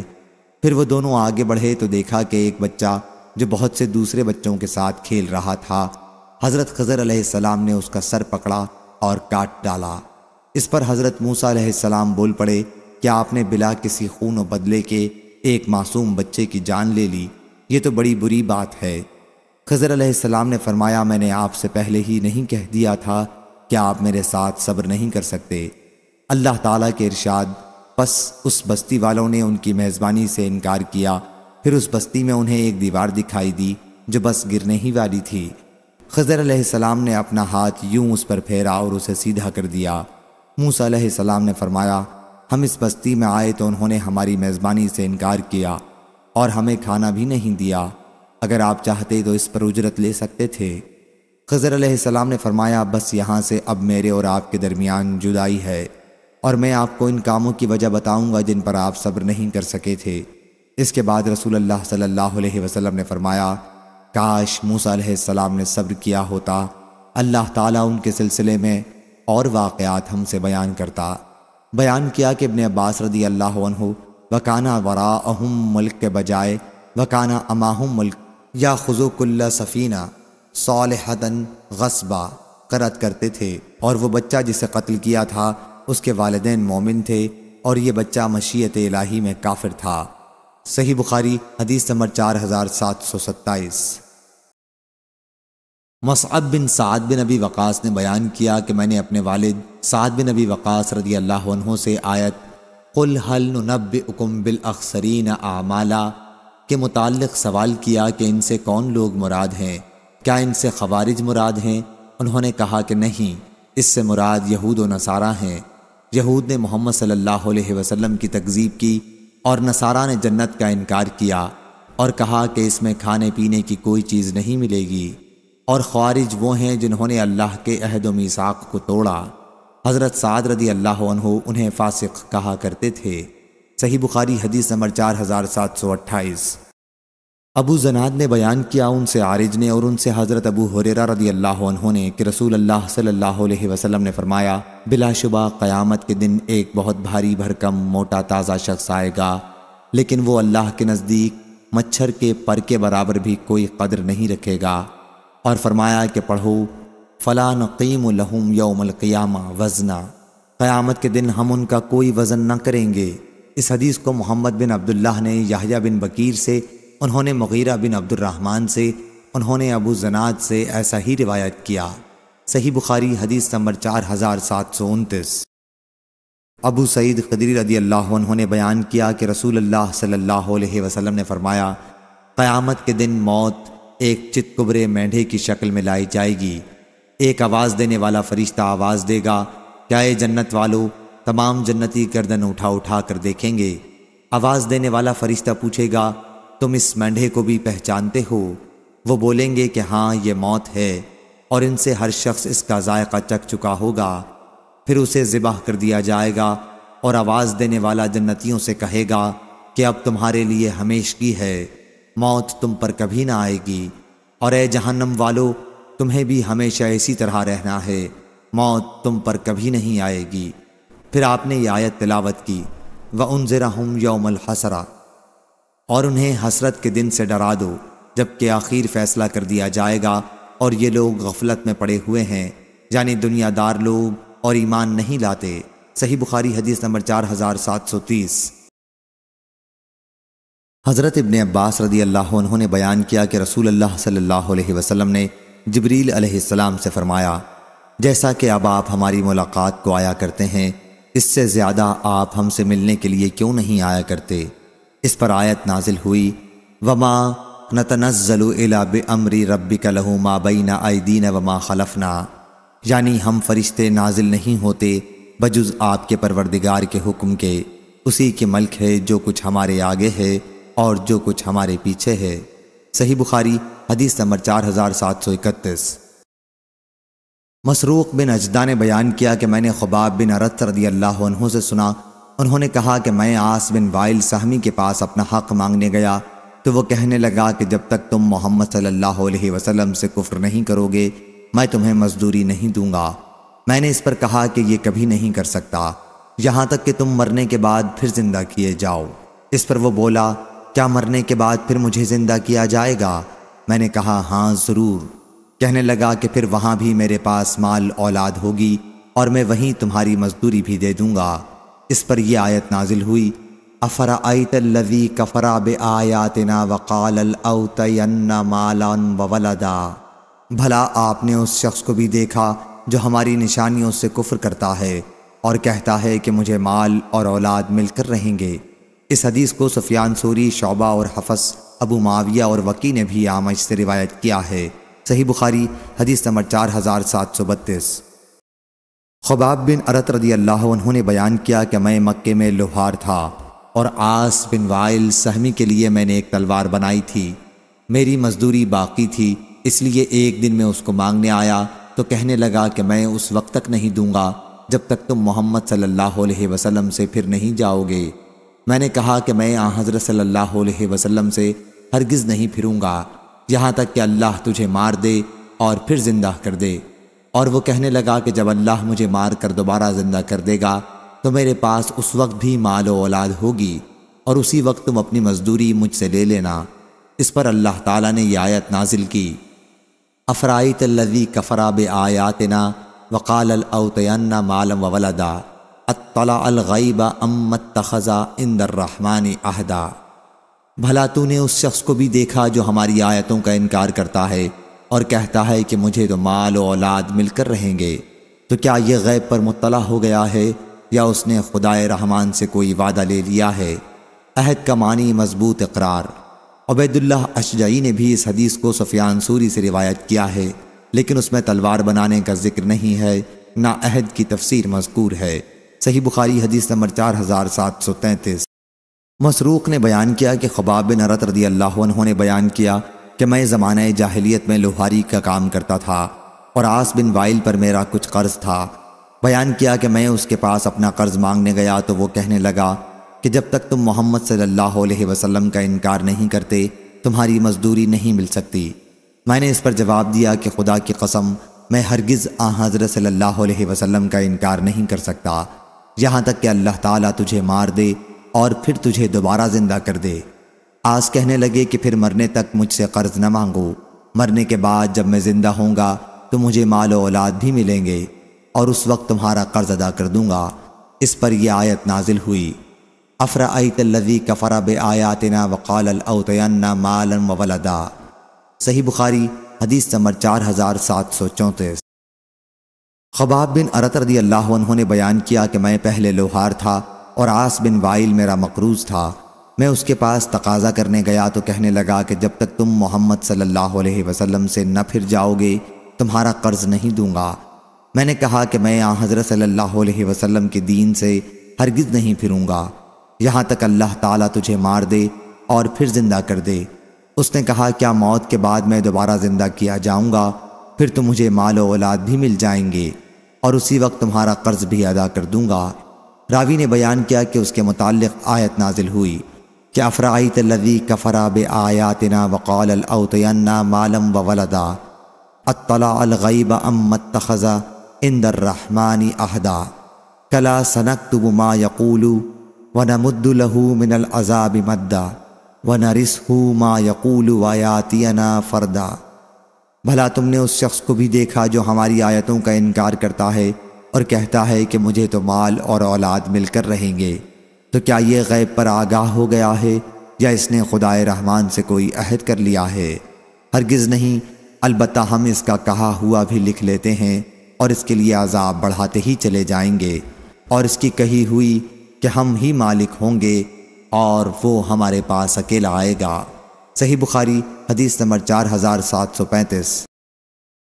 سلط بن محمد نے بیان کیا، کہا ہم سے مہدی بن میمون نے، ان سے محمد بن سیرین نے اور ان سے ابو ہریرہ رضی اللہ عنہ نے کہ رسول اللہ صلی اللہ علیہ وسلم نے فرمایا، عالم مثال میں حضرت آدم اور موسیٰ علیہ السلام کی ملاقات ہوئی تو موسیٰ علیہ السلام نے آدم علیہ السلام سے کہا کہ آپ ہی نے لوگوں کو پریشانی میں ڈالا اور انہیں جنت سے نکالا۔ حضرت آدم علیہ السلام نے جواب دیا کہ آپ وہی ہیں جنہیں اللہ تعالیٰ نے اپنی رسالت کے لیے پسند کیا اور خود اپنے لیے پسند کیا اور آپ پر توریت نازل کی۔ حضرت موسیٰ علیہ السلام نے کہا کہ جی ہاں۔ اس پر حضرت آدم علیہ السلام نے فرمایا کہ پھر آپ نے تو دیکھا ہی ہوگا کہ میری پیدائش سے پہلے ہی یہ سب کچھ میرے لیے لکھ دیا گیا تھا۔ حضرت موسیٰ علیہ السلام نے فرمایا کہ جی ہاں معلوم ہے۔ چنانچہ آدم علیہ السلام موسیٰ علیہ السلام پر غالب آ گئے۔ الیم کے معنی دریا کے ہیں۔ صحیح بخاری حدیث نمبر 4736۔ حضرت ابن عباس رضی اللہ عنہ نے بیان کیا کہ جب رسول اللہ صلی اللہ علیہ وسلم مدینہ تشریف لائے تو یہودی عاشورہ کا روزہ رکھتے تھے۔ حضرت صلی اللہ علیہ وسلم نے ان سے اس کے متعلق پوچھا تو انہوں نے بتایا کہ اس دن حضرت موسیٰ علیہ السلام نے فرعون پر غلبہ پایا تھا۔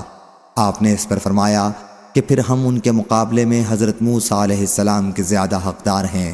مسلمانوں، تم لوگ بھی اس دن روزہ رکھو۔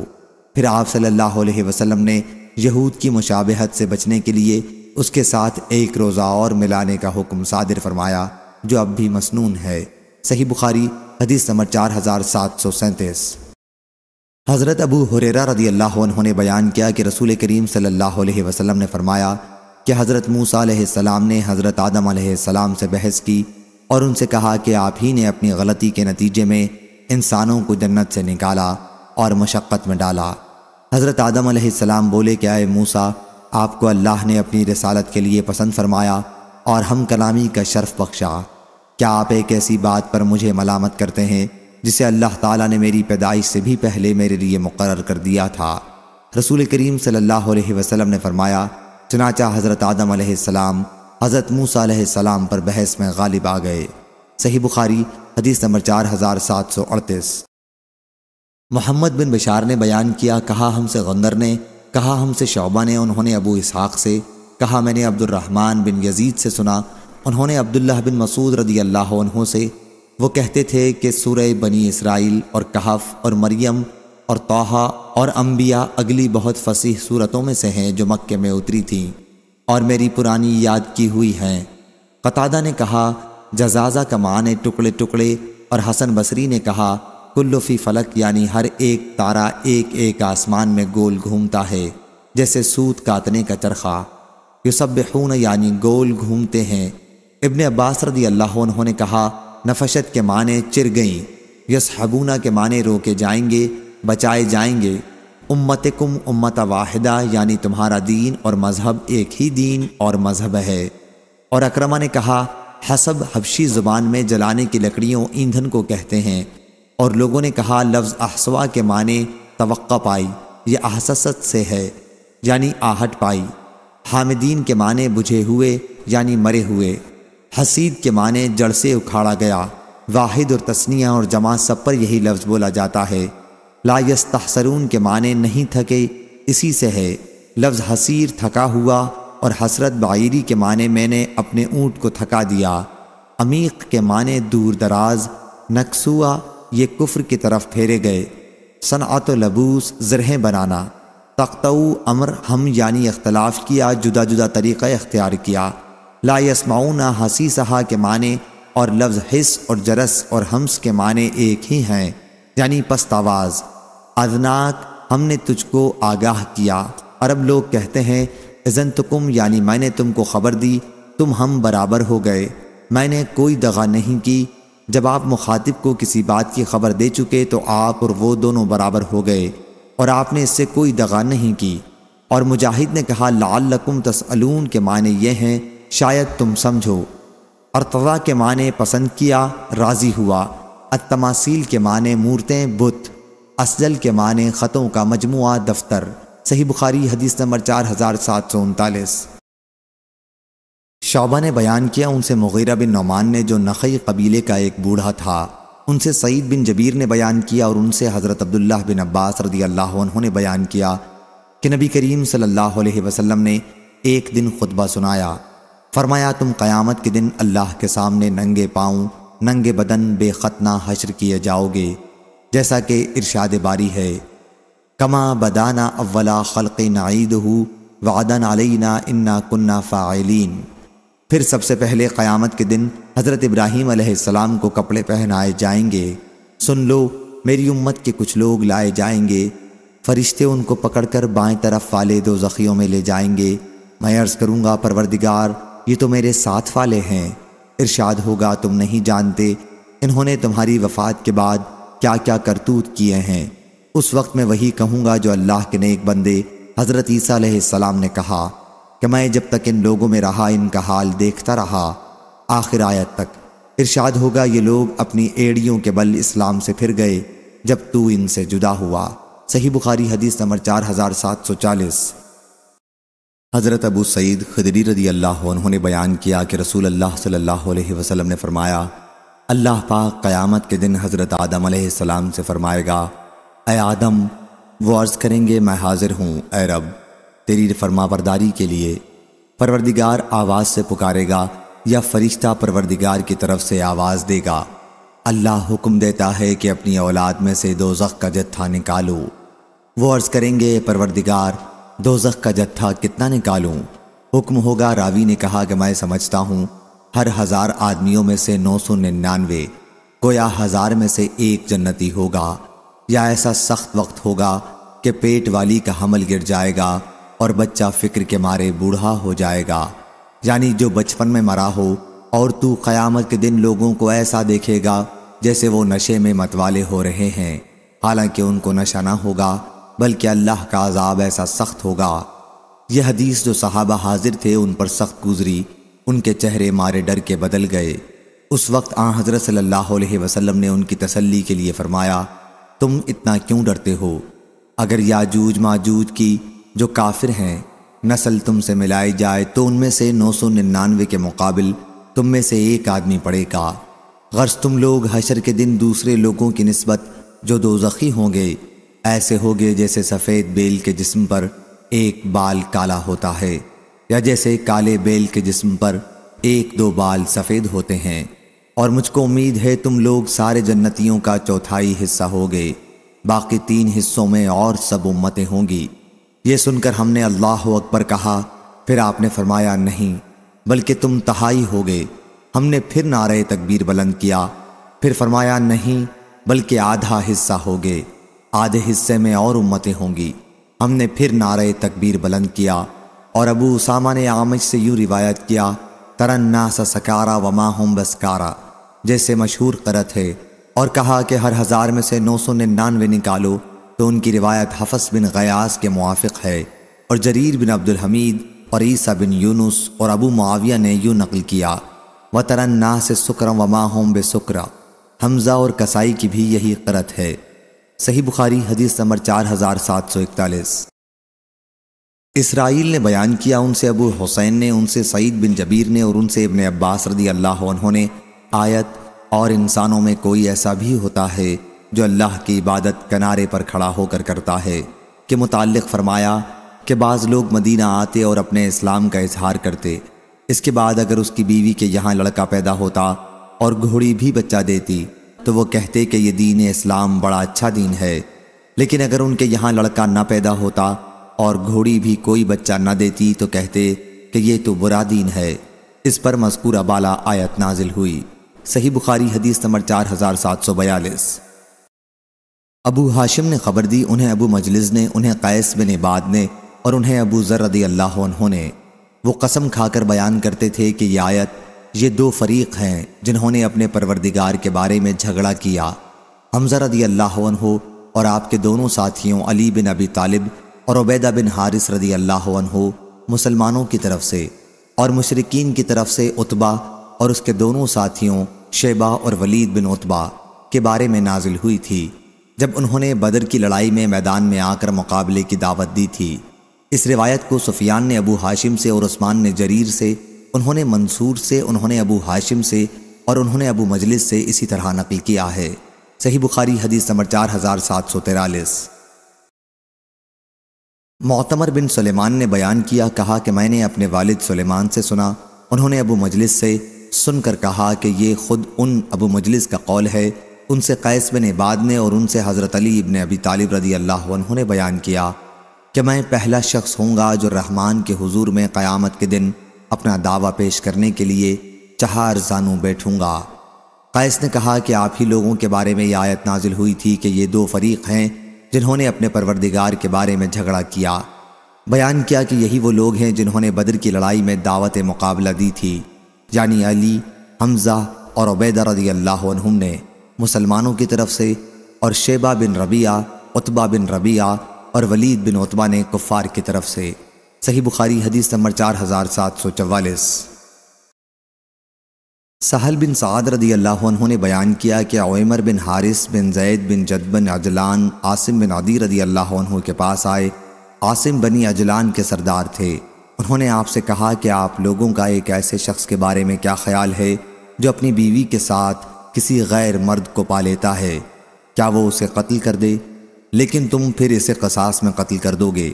آخر ایسی صورت میں انسان کیا طریقہ اختیار کرے؟ رسول اللہ صلی اللہ علیہ وسلم سے اس کے متعلق پوچھ کے مجھے بتائیے۔ چنانچہ عاصم رضی اللہ عنہ حضرت صلی اللہ علیہ وسلم کی خدمت میں حاضر ہوئے اور عرض کیا، یا رسول اللہ صلی اللہ علیہ وسلم، صورت مذکورہ میں خاوند کیا کرے؟ حضرت صلی اللہ علیہ وسلم نے ان مسائل میں سوال و جواب کو ناپسند فرمایا جو عمر رضی اللہ عنہ نے ان سے پوچھا۔ انہوں نے بتا دیا کہ رسول اللہ صلی اللہ علیہ وسلم نے ان مسائل کو ناپسند فرمایا ہے۔ عمر رضی اللہ عنہ نے ان سے کہا کہ واللہ میں خود حضرت صلی اللہ علیہ وسلم سے اسے پوچھوں گا۔ چنانچہ وہ حضرت صلی اللہ علیہ وسلم کی خدمت میں حاضر ہوئے اور عرض کیا، یا رسول اللہ صلی اللہ علیہ وسلم، ایک شخص اپنی بیوی کے ساتھ ایک غیر مرد کو دیکھتا ہے، کیا وہ اس کو قتل کر دے؟ لیکن پھر آپ قصاص میں اس کو قتل کریں گے، ایسی صورت میں اس کو کیا کرنا چاہیے؟ حضرت صلی اللہ علیہ وسلم نے فرمایا کہ اللہ تعالیٰ نے تمہارے اور تمہاری بیوی کے بارے میں قرآن کی آیت اتاری ہے۔ پھر آپ نے انہیں قرآن کے بتائے ہوئے طریقے کے مطابق لعان کا حکم دیا، اور عویم رضی اللہ عنہ نے اپنی بیوی کے ساتھ لعان کیا۔ پھر انہوں نے کہا، یا رسول اللہ، اگر میں اپنی بیوی کو روکے رکھوں تو میں ظالم ہوں گا، اس لیے عویم رضی اللہ عنہ نے اسے طلاق دے دی۔ اس کے لعان کے بعد میاں بیوی میں جدائی کا طریقہ جاری ہو گیا۔ حضرت صلی اللہ علیہ وسلم نے پھر فرمایا کہ دیکھتے رہو، اگر اس عورت کے کالا، بہت کالی پتلیوں والا، بھاری سرین اور بھری ہوئی پنڈلیوں والا بچہ پیدا ہو تو میرا خیال ہے کہ عویم رضی اللہ عنہ نے الزام غلط نہیں لگایا ہے، لیکن اگر سرخ سرخ گرگٹ جیسا پیدا ہو تو میرا خیال ہے کہ عویم رضی اللہ عنہ نے غلط الزام لگایا ہے۔ اس کے بعد ان عورت کے جو بچہ پیدا ہوا وہ انہی صفات کے مطابق تھا جو حضرت صلی اللہ علیہ وسلم نے بیان کی تھی، اور جس سے عویم رضی اللہ عنہ کی تصدیق ہوتی تھی۔ چنانچہ اس لڑکے کا نسب اس کی ماں کی طرف رکھا گیا۔ صحیح بخاری حدیث نمبر 4745۔ ابو ربیع سلیمان بن داؤد نے بیان کیا، کہا ہم سے فلیح نے، ان سے زہری نے، ان سے سہل بن سعد نے کہ ایک صاحب یعنی عویم رضی اللہ عنہ رسول اللہ صلی اللہ علیہ وسلم کی خدمت میں حاضر ہوئے اور عرض کیا، یا رسول اللہ صلی اللہ علیہ وسلم، ایسے شخص کے متعلق آپ کا کیا ارشاد ہے جس نے اپنی بیوی کے ساتھ ایک غیر مرد کو دیکھا ہو؟ کیا وہ اسے قتل کر دے؟ لیکن پھر آپ قصاص میں قاتل کو قتل کر دیں گے، پھر اسے کیا کرنا چاہیے؟ انہی کے متعلق اللہ تعالیٰ نے 2 آیات نازل کیں جن میں لعان کا ذکر ہے۔ چنانچہ حضرت صلی اللہ علیہ وسلم نے ان سے فرمایا کہ تمہارے اور تمہاری بیوی کے بارے میں فیصلہ کیا جا چکا ہے۔ راوی نے بیان کیا کہ پھر دونوں میاں بیوی نے لعان کیا، اور میں اس وقت حضرت صلی اللہ علیہ وسلم کی خدمت میں حاضر تھا۔ پھر آپ نے دونوں میں جدائی کرا دی، اور 2 لعان کرنے والوں میں اس کے بعد یہی طریقہ قائم ہو گیا کہ ان میں جدائی کرا دی جائے۔ ان کی بیوی حاملہ تھی، لیکن انہوں نے اس کا بھی انکار کر دیا۔ چنانچہ جب بچہ پیدا ہوا تو اسے ماں ہی کے نام سے پکارا جانے لگا۔ میراث کا یہ طریقہ ہوا کہ بیٹا ماں کا وارث ہوتا ہے، اور ماں اللہ کے مقرر کیے ہوئے حصے کے مطابق بیٹے کی وارث ہوتی ہے۔ صحیح بخاری حدیث نمبر 4746۔ اکرمہ نے بیان کیا اور ان سے حضرت ابن عباس رضی اللہ عنہ نے کہ ہلال بن امیہ رضی اللہ عنہ نے نبی کریم صلی اللہ علیہ وسلم کے سامنے اپنی بیوی پر شریک بن سہمہ کے ساتھ تہمت لگائی۔ حضرت صلی اللہ علیہ وسلم نے فرمایا کہ اس کے گواہ لاؤ ورنہ تمہاری پیٹھ پر حد لگائی جائے گی۔ انہوں نے عرض کیا، یا رسول اللہ، ایک شخص اپنی بیوی کے ساتھ ایک غیر کو مبتلا دیکھتا ہے تو کیا وہ ایسی حالت میں گواہ تلاش کرنے جائے گا؟ لیکن حضرت یہی فرماتے رہے کہ گواہ لاؤ ورنہ تمہاری پیٹھ پر حد جاری کی جائے گی۔ اس پر ہلال رضی اللہ عنہ نے عرض کیا، اس ذات کی قسم جس نے آپ کو حق کے ساتھ نبی بنا کر بھیجا ہے، میں سچا ہوں، اور اللہ تعالیٰ خود ہی کوئی ایسی آیت نازل فرمائے گا جس کے ذریعے میرے اوپر سے حد دور ہو جائے گی۔ اتنے میں حضرت جبرائیل علیہ السلام تشریف لائے اور یہ آیت نازل ہوئی، والذین یرمون ازواجہم تا ان کان من الصادقین، جس میں ایسی صورت میں لعان کا حکم ہے۔ جب نزول وحی کا سلسلہ ختم ہوا تو حضرت صلی اللہ علیہ وسلم نے ہلال رضی اللہ عنہ کو آدمی بھیج کر بلوایا۔ وہ آئے اور آیت کے مطابق 4 مرتبہ قسم کھائی۔ حضرت صلی اللہ علیہ وسلم نے اس موقع پر فرمایا کہ اللہ خوب جانتا ہے کہ تم میں سے ایک ضرور جھوٹا ہے، تو کیا وہ توبہ کرنے پر تیار نہیں ہے؟ اس کے بعد ان کی بیوی کھڑی ہوئیں اور انہوں نے بھی قسم کھائی۔ جب وہ 5ویں پر پہنچی اور 4 مرتبہ اپنی برت کی قسم کھانے کے بعد کہنے لگی کہ اگر میں جھوٹی ہوں تو مجھ پر اللہ کا غضب ہو، تو لوگوں نے انہیں روکنے کی کوشش کی اور کہا کہ اگر تم جھوٹی ہو تو اس سے تم پر اللہ کا عذاب ضرور نازل ہوگا۔ حضرت ابن عباس رضی اللہ عنہ نے بیان کیا کہ اس پر وہ ہچکچائیں۔ ہم نے سمجھا کہ اب وہ اپنا بیان واپس لے لیں گی، لیکن یہ کہتے ہوئے کہ زندگی بھر کے لیے میں اپنی قوم کو رسوا نہیں کروں گی، 5ویں بار قسم کھائی۔ پھر حضرت صلی اللہ علیہ وسلم نے فرمایا کہ دیکھنا، اگر بچہ خوب سیاہ آنکھوں والا، بھاری سرین اور بھری بھری پنڈیوں والا پیدا ہو تو پھر وہ شریک بن سہمہ ہی کا ہوگا۔ چنانچہ جب وہ پیدا ہوا تو وہ اسی شکل و صورت کا تھا۔ حضرت صلی اللہ علیہ وسلم نے فرمایا، اگر کتاب اللہ کا حکم نہ آ چکا ہوتا تو میں اسے رجمی سزا دیتا۔ صحیح بخاری حدیث نمبر 4747۔ قاسم بن یحییٰ نے بیان کیا، ان سے عبید اللہ نے، قاسم نے عبید اللہ سے سنا تھا اور عبید اللہ نے نافع سے، اور انہوں نے حضرت ابن عمر رضی اللہ عنہ سے کہ ایک صاحب نے اپنی بیوی پر رسول کریم صلی اللہ علیہ وسلم کے زمانے میں ایک غیر مرد کے ساتھ تہمت لگائی اور کہا کہ عورت کا حمل میرا نہیں ہے۔ چنانچہ حضرت صلی اللہ علیہ وسلم کے حکم سے دونوں میاں بیوی نے اللہ کے فرمان کے مطابق لعان کیا۔ اس کے بعد حضرت صلی اللہ علیہ وسلم نے بچے کے بارے میں فیصلہ کیا کہ وہ عورت ہی کا ہوگا اور لعان کرنے والے دونوں میاں بیوی میں جدائی کروا دی۔ صحیح بخاری حدیث نمبر 4748۔ سفیان نے بیان کیا، ان سے معمر نے، ان سے زہری نے، ان سے عروہ نے، اور ان سے حضرت عائشہ رضی اللہ عنہا نے بیان کیا، والذی تولی کبرہ، یعنی اور جس نے ان میں سے سب سے بڑھ کر حصہ لیا تھا، اور مراد عبداللہ بن ابی ابن سلول منافق ہے۔ صحیح بخاری حدیث نمبر 4749۔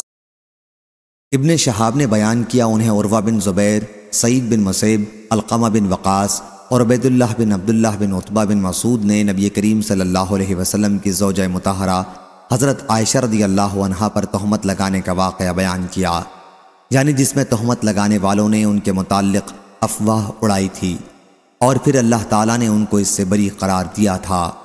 اس تمام راویوں نے پوری حدیث کا ایک ٹکڑا بیان کیا، اور ان راویوں میں سے بعض کا بیان بعض دوسرے کے بیان کی تصدیق کرتا ہے۔ یہ الگ بات ہے کہ ان میں سے بعض راوی کو بعض دوسرے کے مقابلے میں حدیث زیادہ بہتر طریقے پر محفوظ یاد تھی۔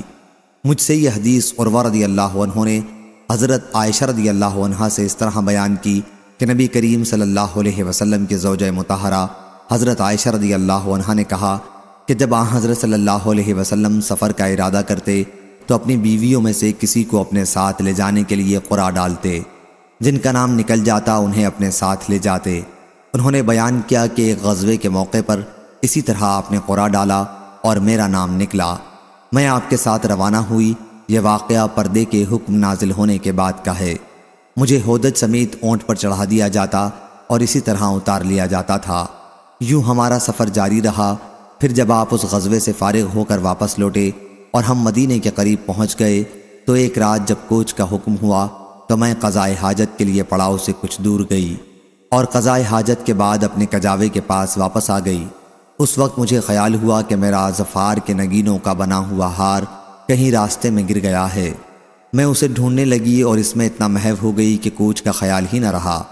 اتنے میں جو لوگ میرے ہودج کو سوار کیا کرتے تھے آئے اور میرے ہودج کو اٹھا کر اس اونٹ پر رکھ دیا جو میری سواری کے لیے تھا۔ انہوں نے یہی سمجھا کہ میں اس میں بیٹھی ہوئی ہوں۔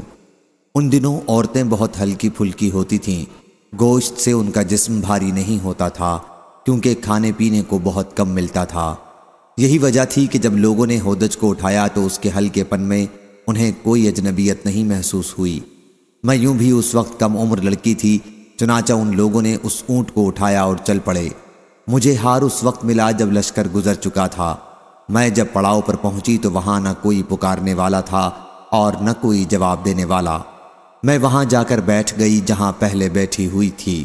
مجھے یقین تھا کہ جلدی ہی انہیں میرے نہ ہونے کا علم ہو جائے گا اور پھر وہ مجھے تلاش کرنے کے لیے یہاں آئیں گے۔ میں اپنی اسی جگہ پر بیٹھی ہوئی تھی کہ میری آنکھ لگ گئی اور میں سو گئی۔ صفوان بن معطل رضی اللہ عنہ سلمی ثم ذکوانی لشکر کے پیچھے آ رہے تھے تاکہ اگر لشکر والوں سے کوئی چیز چھوٹ جائے تو اسے اٹھا لیں۔ سفر میں یہ دستور تھا۔ رات کا آخری حصہ تھا۔ جب میرے مقام پر پہنچے تو صبح ہو چکی تھی۔ انہوں نے دور سے ایک انسانی سایہ دیکھا کہ پڑا ہوا ہے۔ وہ میرے قریب آئے اور مجھے دیکھتے ہی پہچان گئے۔ پردے کے حکم سے پہلے انہوں نے مجھے دیکھا تھا۔ جب وہ مجھے پہچان گئے تو انا للہ پڑھنے لگے۔ میں ان کی آواز پر جاگ گئی اور چہرہ چادر سے چھپا لیا۔ اللہ کی قسم اس کے بعد انہوں نے مجھ سے ایک لفظ بھی نہیں کہا اور نہ میں نے انا للہ و انا الیہ راجعون کے سوا ان کی زبان سے کوئی کلمہ سنا۔ اس کے بعد انہوں نے اپنا اونٹ بٹھا دیا اور میں اس پر سوار ہو گئی۔ وہ خود پیدل اونٹ کو آگے سے کھینچتے ہوئے لے چلے۔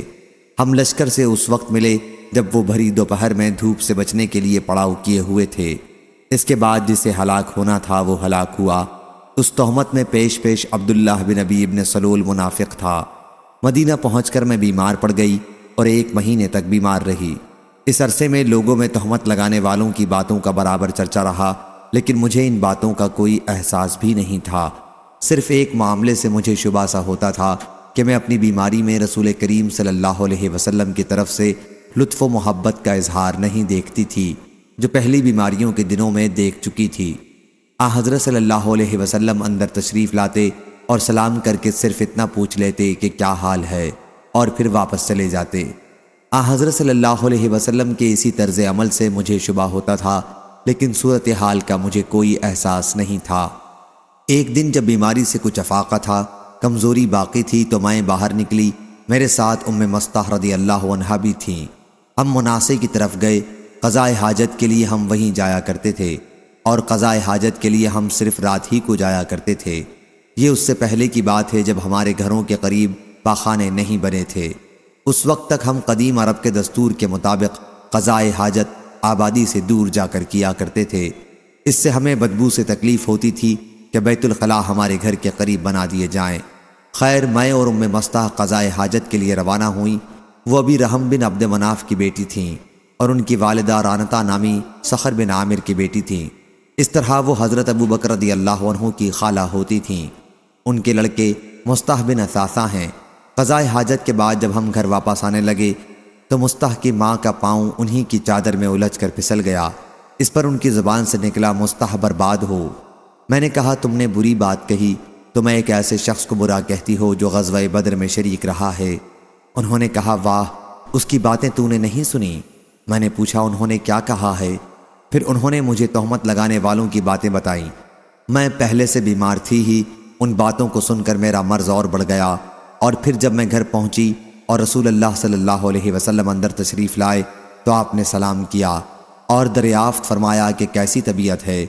میں نے عرض کیا کہ کیا حضرت صلی اللہ علیہ وسلم مجھے اپنے ماں باپ کے گھر جانے کی اجازت دیں گے؟ میرا مقصد ماں باپ کے یہاں جانے سے صرف یہ تھا کہ اس خبر کی حقیقت ان سے پوری طرح معلوم ہو جائے گی۔ حضرت صلی اللہ علیہ وسلم نے مجھے جانے کی اجازت دے دی اور میں اپنے والدین کے گھر آ گئی۔ میں نے والدہ سے پوچھا کہ یہ لوگ کس طرح کی باتیں کر رہے ہیں۔ انہوں نے فرمایا، بیٹی صبر کرو، کم ہی کوئی ایسی حسین و جمیل عورت کسی ایسے مرد کے نکاح میں ہوگی جو اس سے محبت رکھتا ہو، اس کی سوکنیں بھی ہوں اور پھر بھی وہ اس طرح اسے نیچا دکھانے کی کوشش نہ کریں۔ بیان کیا کہ اس پر میں نے کہا، سبحان اللہ، کیا اس طرح کا چرچا لوگوں نے بھی کر دیا؟ انہوں نے بیان کیا کہ اس کے بعد میں رونے لگی اور رات بھر روتی رہی۔ صبح ہو گئی لیکن میرے آنسو نہیں تھمتے تھے اور نہ نیند کا نام و نشان تھا۔ صبح ہو گئی اور میں روئے جا رہی تھی۔ اسی عرصے میں حضرت صلی اللہ علیہ وسلم نے علی بن ابی طالب اور اسامہ بن زید رضی اللہ عنہم کو بلایا، کیونکہ اس معاملے میں آپ پر کوئی وحی نازل نہیں ہوئی تھی۔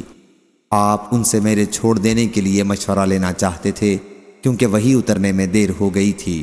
حضرت عائشہ رضی اللہ عنہا کہتی ہیں کہ اسامہ بن زید رضی اللہ عنہ نے حضور صلی اللہ علیہ وسلم کو اسی کے مطابق مشورہ دیا جس کا انہیں علم تھا کہ آپ کی اہلیہ یعنی خود عائشہ صدیقہ اس تہمت سے بری ہیں۔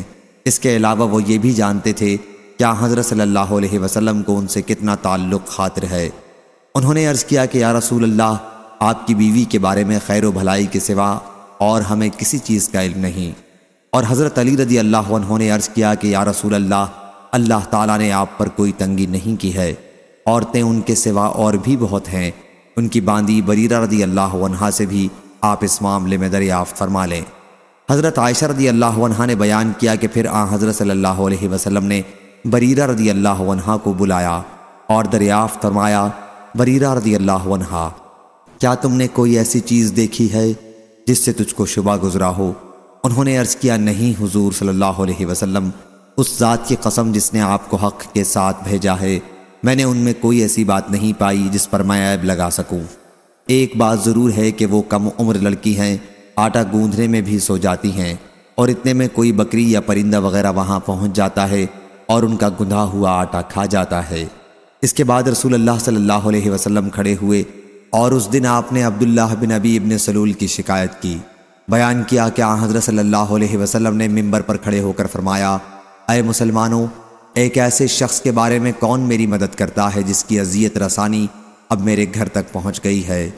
اللہ کی قسم کہ میں اپنی بیوی کو نیک پاک دامن ہونے کے سوا کچھ نہیں جانتا۔ اور یہ لوگ جس مرد کا نام لے رہے ہیں ان کے بارے میں بھی خیر کے سوا میں اور کچھ نہیں جانتا۔ وہ جب بھی میرے گھر میں گئے تو میرے ساتھ ہی گئے ہیں۔ اس پر سعد بن معاذ انصاری رضی اللہ عنہ اٹھے اور کہا کہ یا رسول اللہ، میں آپ کی مدد کروں گا، اور اگر وہ شخص قبیلہ اوس سے تعلق رکھتا ہے تو میں اس کی گردن اڑا دوں گا، اور اگر وہ ہمارے بھائیوں یعنی خزرج میں کا کوئی آدمی ہے تو آپ ہمیں حکم دیں، تعمیل میں کوتاہی نہیں ہوگی۔ راوی نے بیان کیا کہ اس کے بعد سعد بن عبادہ رضی اللہ عنہ کھڑے ہوئے۔ وہ قبیلہ خزرج کے سردار تھے۔ اس سے پہلے وہ مرد صالح تھے، لیکن آج ان پر قومی حمیت غالب آ گئی تھی۔ عبداللہ بن ابی بن سلول منافق انہی کے قبیلے سے تعلق رکھتا تھا۔ انہوں نے اٹھ کر سعد بن معاذ رضی اللہ عنہ سے کہا، اللہ کی قسم تم نے جھوٹ کہا ہے، تم اسے قتل نہیں کر سکتے، تم میں اس کے قتل کی طاقت نہیں ہے۔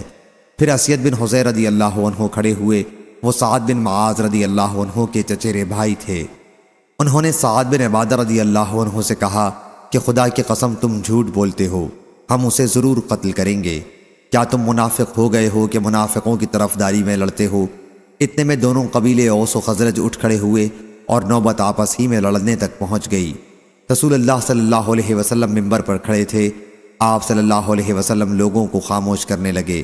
آخر سب لوگ چپ ہو گئے اور حضرت صلی اللہ علیہ وسلم بھی خاموش ہو گئے۔ حضرت عائشہ رضی اللہ عنہا نے بیان کیا کہ اس دن بھی میں برابر روتی رہی، نہ آنسو تھمتا تھا اور نہ نیند آتی تھی۔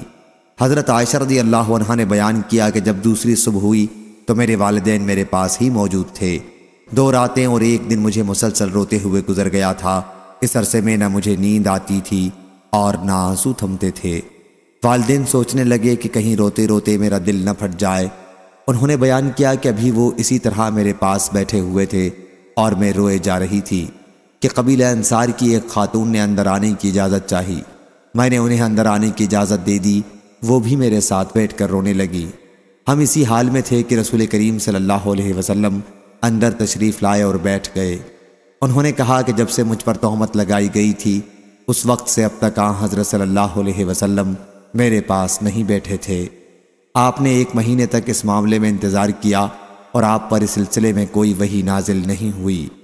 انہوں نے بیان کیا کہ بیٹھنے کے بعد حضرت صلی اللہ علیہ وسلم نے خطبہ پڑھا، پھر فرمایا، اما بعد، اے عائشہ، تمہارے بارے میں مجھے اس طرح کی خبریں پہنچی ہیں۔ اگر تم بری ہو تو اللہ تعالیٰ تمہاری برت خود کر دے گا، لیکن اگر تم سے غلطی سے کوئی گناہ ہو گیا ہے تو اللہ سے دعائے مغفرت کرو اور اس کی بارگاہ میں توبہ کرو، کیونکہ بندہ جب اپنے گناہ کا اقرار کر لیتا ہے اور پھر اللہ سے توبہ کرتا ہے تو اللہ تعالیٰ بھی اس کی توبہ قبول کر لیتا ہے۔ حضرت عائشہ رضی اللہ عنہا نے کہا کہ جب حضور اکرم صلی اللہ علیہ وسلم اپنی گفتگو ختم کر چکے تو یکبارگی میرے آنسو اس طرح خشک ہو گئے جیسے ایک قطرہ بھی باقی نہ رہا ہو۔ میں نے اپنے والد ابو بکر رضی اللہ عنہ سے کہا کہ آپ میری طرف سے رسول اللہ صلی اللہ علیہ وسلم کو جواب دیجئے۔ انہوں نے فرمایا، اللہ کی قسم میں نہیں سمجھتا کہ مجھے رسول اللہ صلی اللہ علیہ وسلم سے اس سلسلے میں کیا کہنا ہے۔ پھر میں نے اپنی والدہ سے کہا کہ حضرت صلی اللہ علیہ وسلم کی باتوں کا میری طرف سے آپ جواب دیں۔ انہوں نے بھی یہی کہا کہ اللہ کی قسم مجھے نہیں معلوم کہ میں آپ سے کیا عرض کروں۔ حضرت عائشہ رضی اللہ عنہا نے بیان کیا کہ پھر میں خود ہی بولی۔ میں اس وقت نوعمر لڑکی تھی، میں نے بہت زیادہ قرآن بھی نہیں پڑھا تھا۔ میں نے کہا کہ خدا کی قسم میں تو یہ جانتی ہوں کہ ان افواہوں کے متعلق جو کچھ آپ لوگوں نے سنا ہے وہ آپ لوگوں کے دل میں جم گیا ہے اور آپ لوگ اسے صحیح سمجھنے لگے ہیں۔ اب اگر میں یہ کہتی ہوں کہ میں ان تہمتوں سے بری ہوں اور اللہ خوب جانتا ہے کہ میں واقعی بری ہوں تو آپ لوگ میری بات کا یقین نہیں کریں گے، لیکن اگر میں تہمت کا اقرار کر لوں حالانکہ اللہ کے علم ہے کہ میں اس سے قطعاً بری ہوں تو آپ لوگ میری تصدیق کرنے لگیں گے۔ اللہ کی قسم میرے پاس آپ لوگوں کے لیے کوئی مثال نہیں ہے سوائے یوسف علیہ السلام کے والد کے، اس ارشاد کے کہ انہوں نے فرمایا تھا پس صبر ہی اچھا ہے اور تم جو کچھ بیان کرتے ہو اس پر اللہ ہی مدد کرے گا۔ پھر میں نے اپنا رخ دوسری طرف کر لیا اور اپنے بستر پر لیٹ گئی۔ کہا کہ مجھے پورا یقین تھا کہ میں بری ہوں اور اللہ تعالیٰ میری برت ضرور کرے گا، لیکن خدا کی قسم مجھے اس کا وہم و گمان بھی نہ تھا کہ اللہ تعالیٰ میرے بارے میں ایسی وحی نازل فرمائے گا جس کی تلاوت کی جائے گی۔ میں اپنی حیثیت اس سے بہت کمتر سمجھتی تھی کہ اللہ تعالیٰ میرے بارے میں قرآن مجید کی آیت نازل فرمائے۔ البتہ مجھے اس کی توقع ضرور تھی کہ حضور اکرم صلی اللہ علیہ وسلم میرے متعلق کوئی خواب دیکھیں گے اور اللہ تعالیٰ اس کے ذریعے میری برت کر دے گا۔ بیان کیا کہ اللہ کی قسم رسول اللہ صلی اللہ علیہ وسلم ابھی اپنی اسی مجلس میں تشریف رکھتے تھے، گھر والوں میں سے کوئی باہر نہ تھا کہ آپ پر وحی کا نزول شروع ہوا، اور وہی کیفیت آپ صلی اللہ علیہ وسلم پر طاری ہوئی تھی جو وحی کے نازل ہوتے ہوئے طاری ہوتی تھی، یعنی آپ پسینے پسینے ہو گئے اور پسینہ موتیوں کی طرح آپ کے جسم اطہر سے ڈھلنے لگا، حالانکہ سردی کے دن تھے۔ یہ کیفیت آپ پر اس وحی کی شدت کی وجہ سے طاری ہوتی تھی جو آپ پر نازل ہوتی تھی۔ بیان کیا کہ پھر جب حضرت صلی اللہ علیہ وسلم کی کیفیت ختم ہوئی تو آپ تبسم فرما رہے تھے، اور سب سے پہلا کلمہ جو آپ کی زبان مبارک سے نکلا یہ تھا کہ عائشہ، اللہ نے تمہیں بری قرار دیا ہے۔ میری والدہ نے فرمایا کہ حضور صلی اللہ علیہ وسلم کے سامنے آپ کا شکر ادا کرنے کے لیے کھڑی ہو جاؤ۔ بیان کیا کہ میں نے کہا، اللہ کی قسم میں ہرگز آپ کے سامنے کھڑی نہیں ہوں گی اور اللہ پاک کے سوا اور کسی کی تعریف نہیں کروں گی۔ اللہ تعالیٰ نے جو آیت نازل کی تھی وہ یہ تھی کہ بے شک جن لوگوں نے تہمت لگائی ہے وہ تم میں سے ایک چھوٹا سا گروہ ہے، مکمل 10 آیتوں تک۔ جب اللہ تعالیٰ نے یہ آیتیں میری برت میں نازل کر دیں تو ابو بکر صدیق رضی اللہ عنہ جو مصطح بن اساسہ رضی اللہ عنہ کے اخراجات ان سے قرابت اور ان کی محتاجی کی وجہ سے خود اٹھایا کرتے تھے، انہوں نے ان کے متعلق کہا کہ خدا کی قسم اب میں مصطح پر کبھی کچھ بھی خرچ نہیں کروں گا، اس نے عائشہ پر کیسی کیسی تہمتیں لگا دی ہیں۔ اس پر اللہ تعالیٰ نے یہ آیت نازل کی، اور جو لوگ تم میں بزرگی اور وسعت والے ہیں وہ قرابت داروں کو اور مسکینوں کو اور اللہ کے راستے میں ہجرت کرنے والوں کی مدد دینے سے قسم نہ کھا بیٹھیں، بلکہ چاہیے کہ ان کی لغزشوں کو معاف کرتے رہیں اور درگزر کرتے رہیں۔ کیا تم یہ نہیں چاہتے کہ اللہ تمہارے قصور معاف کرتا رہے؟ بے شک اللہ بڑا مغفرت والا، بڑا رحمت والا ہے۔ حضرت ابو بکر صدیق رضی اللہ عنہ بولے، ہاں خدا کی قسم میری تو یہی خواہش ہے کہ اللہ تعالیٰ میری مغفرت فرما دے۔ چنانچہ مصطح رضی اللہ عنہ کو وہ پھر تمام اخراجات دینے لگے جو پہلے دیا کرتے تھے، اور فرمایا کہ خدا کی قسم اب کبھی ان کا خرچ بند نہیں کروں گا۔ حضرت عائشہ رضی اللہ عنہا نے بیان کیا کہ رسول اللہ صلی اللہ علیہ وسلم نے ام المومنین حضرت زینب بنت حجش رضی اللہ عنہا سے بھی میرے معاملے میں پوچھا تھا۔ آپ نے دریافت فرمایا کہ زینب، تم نے بھی کوئی چیز کبھی دیکھی ہے؟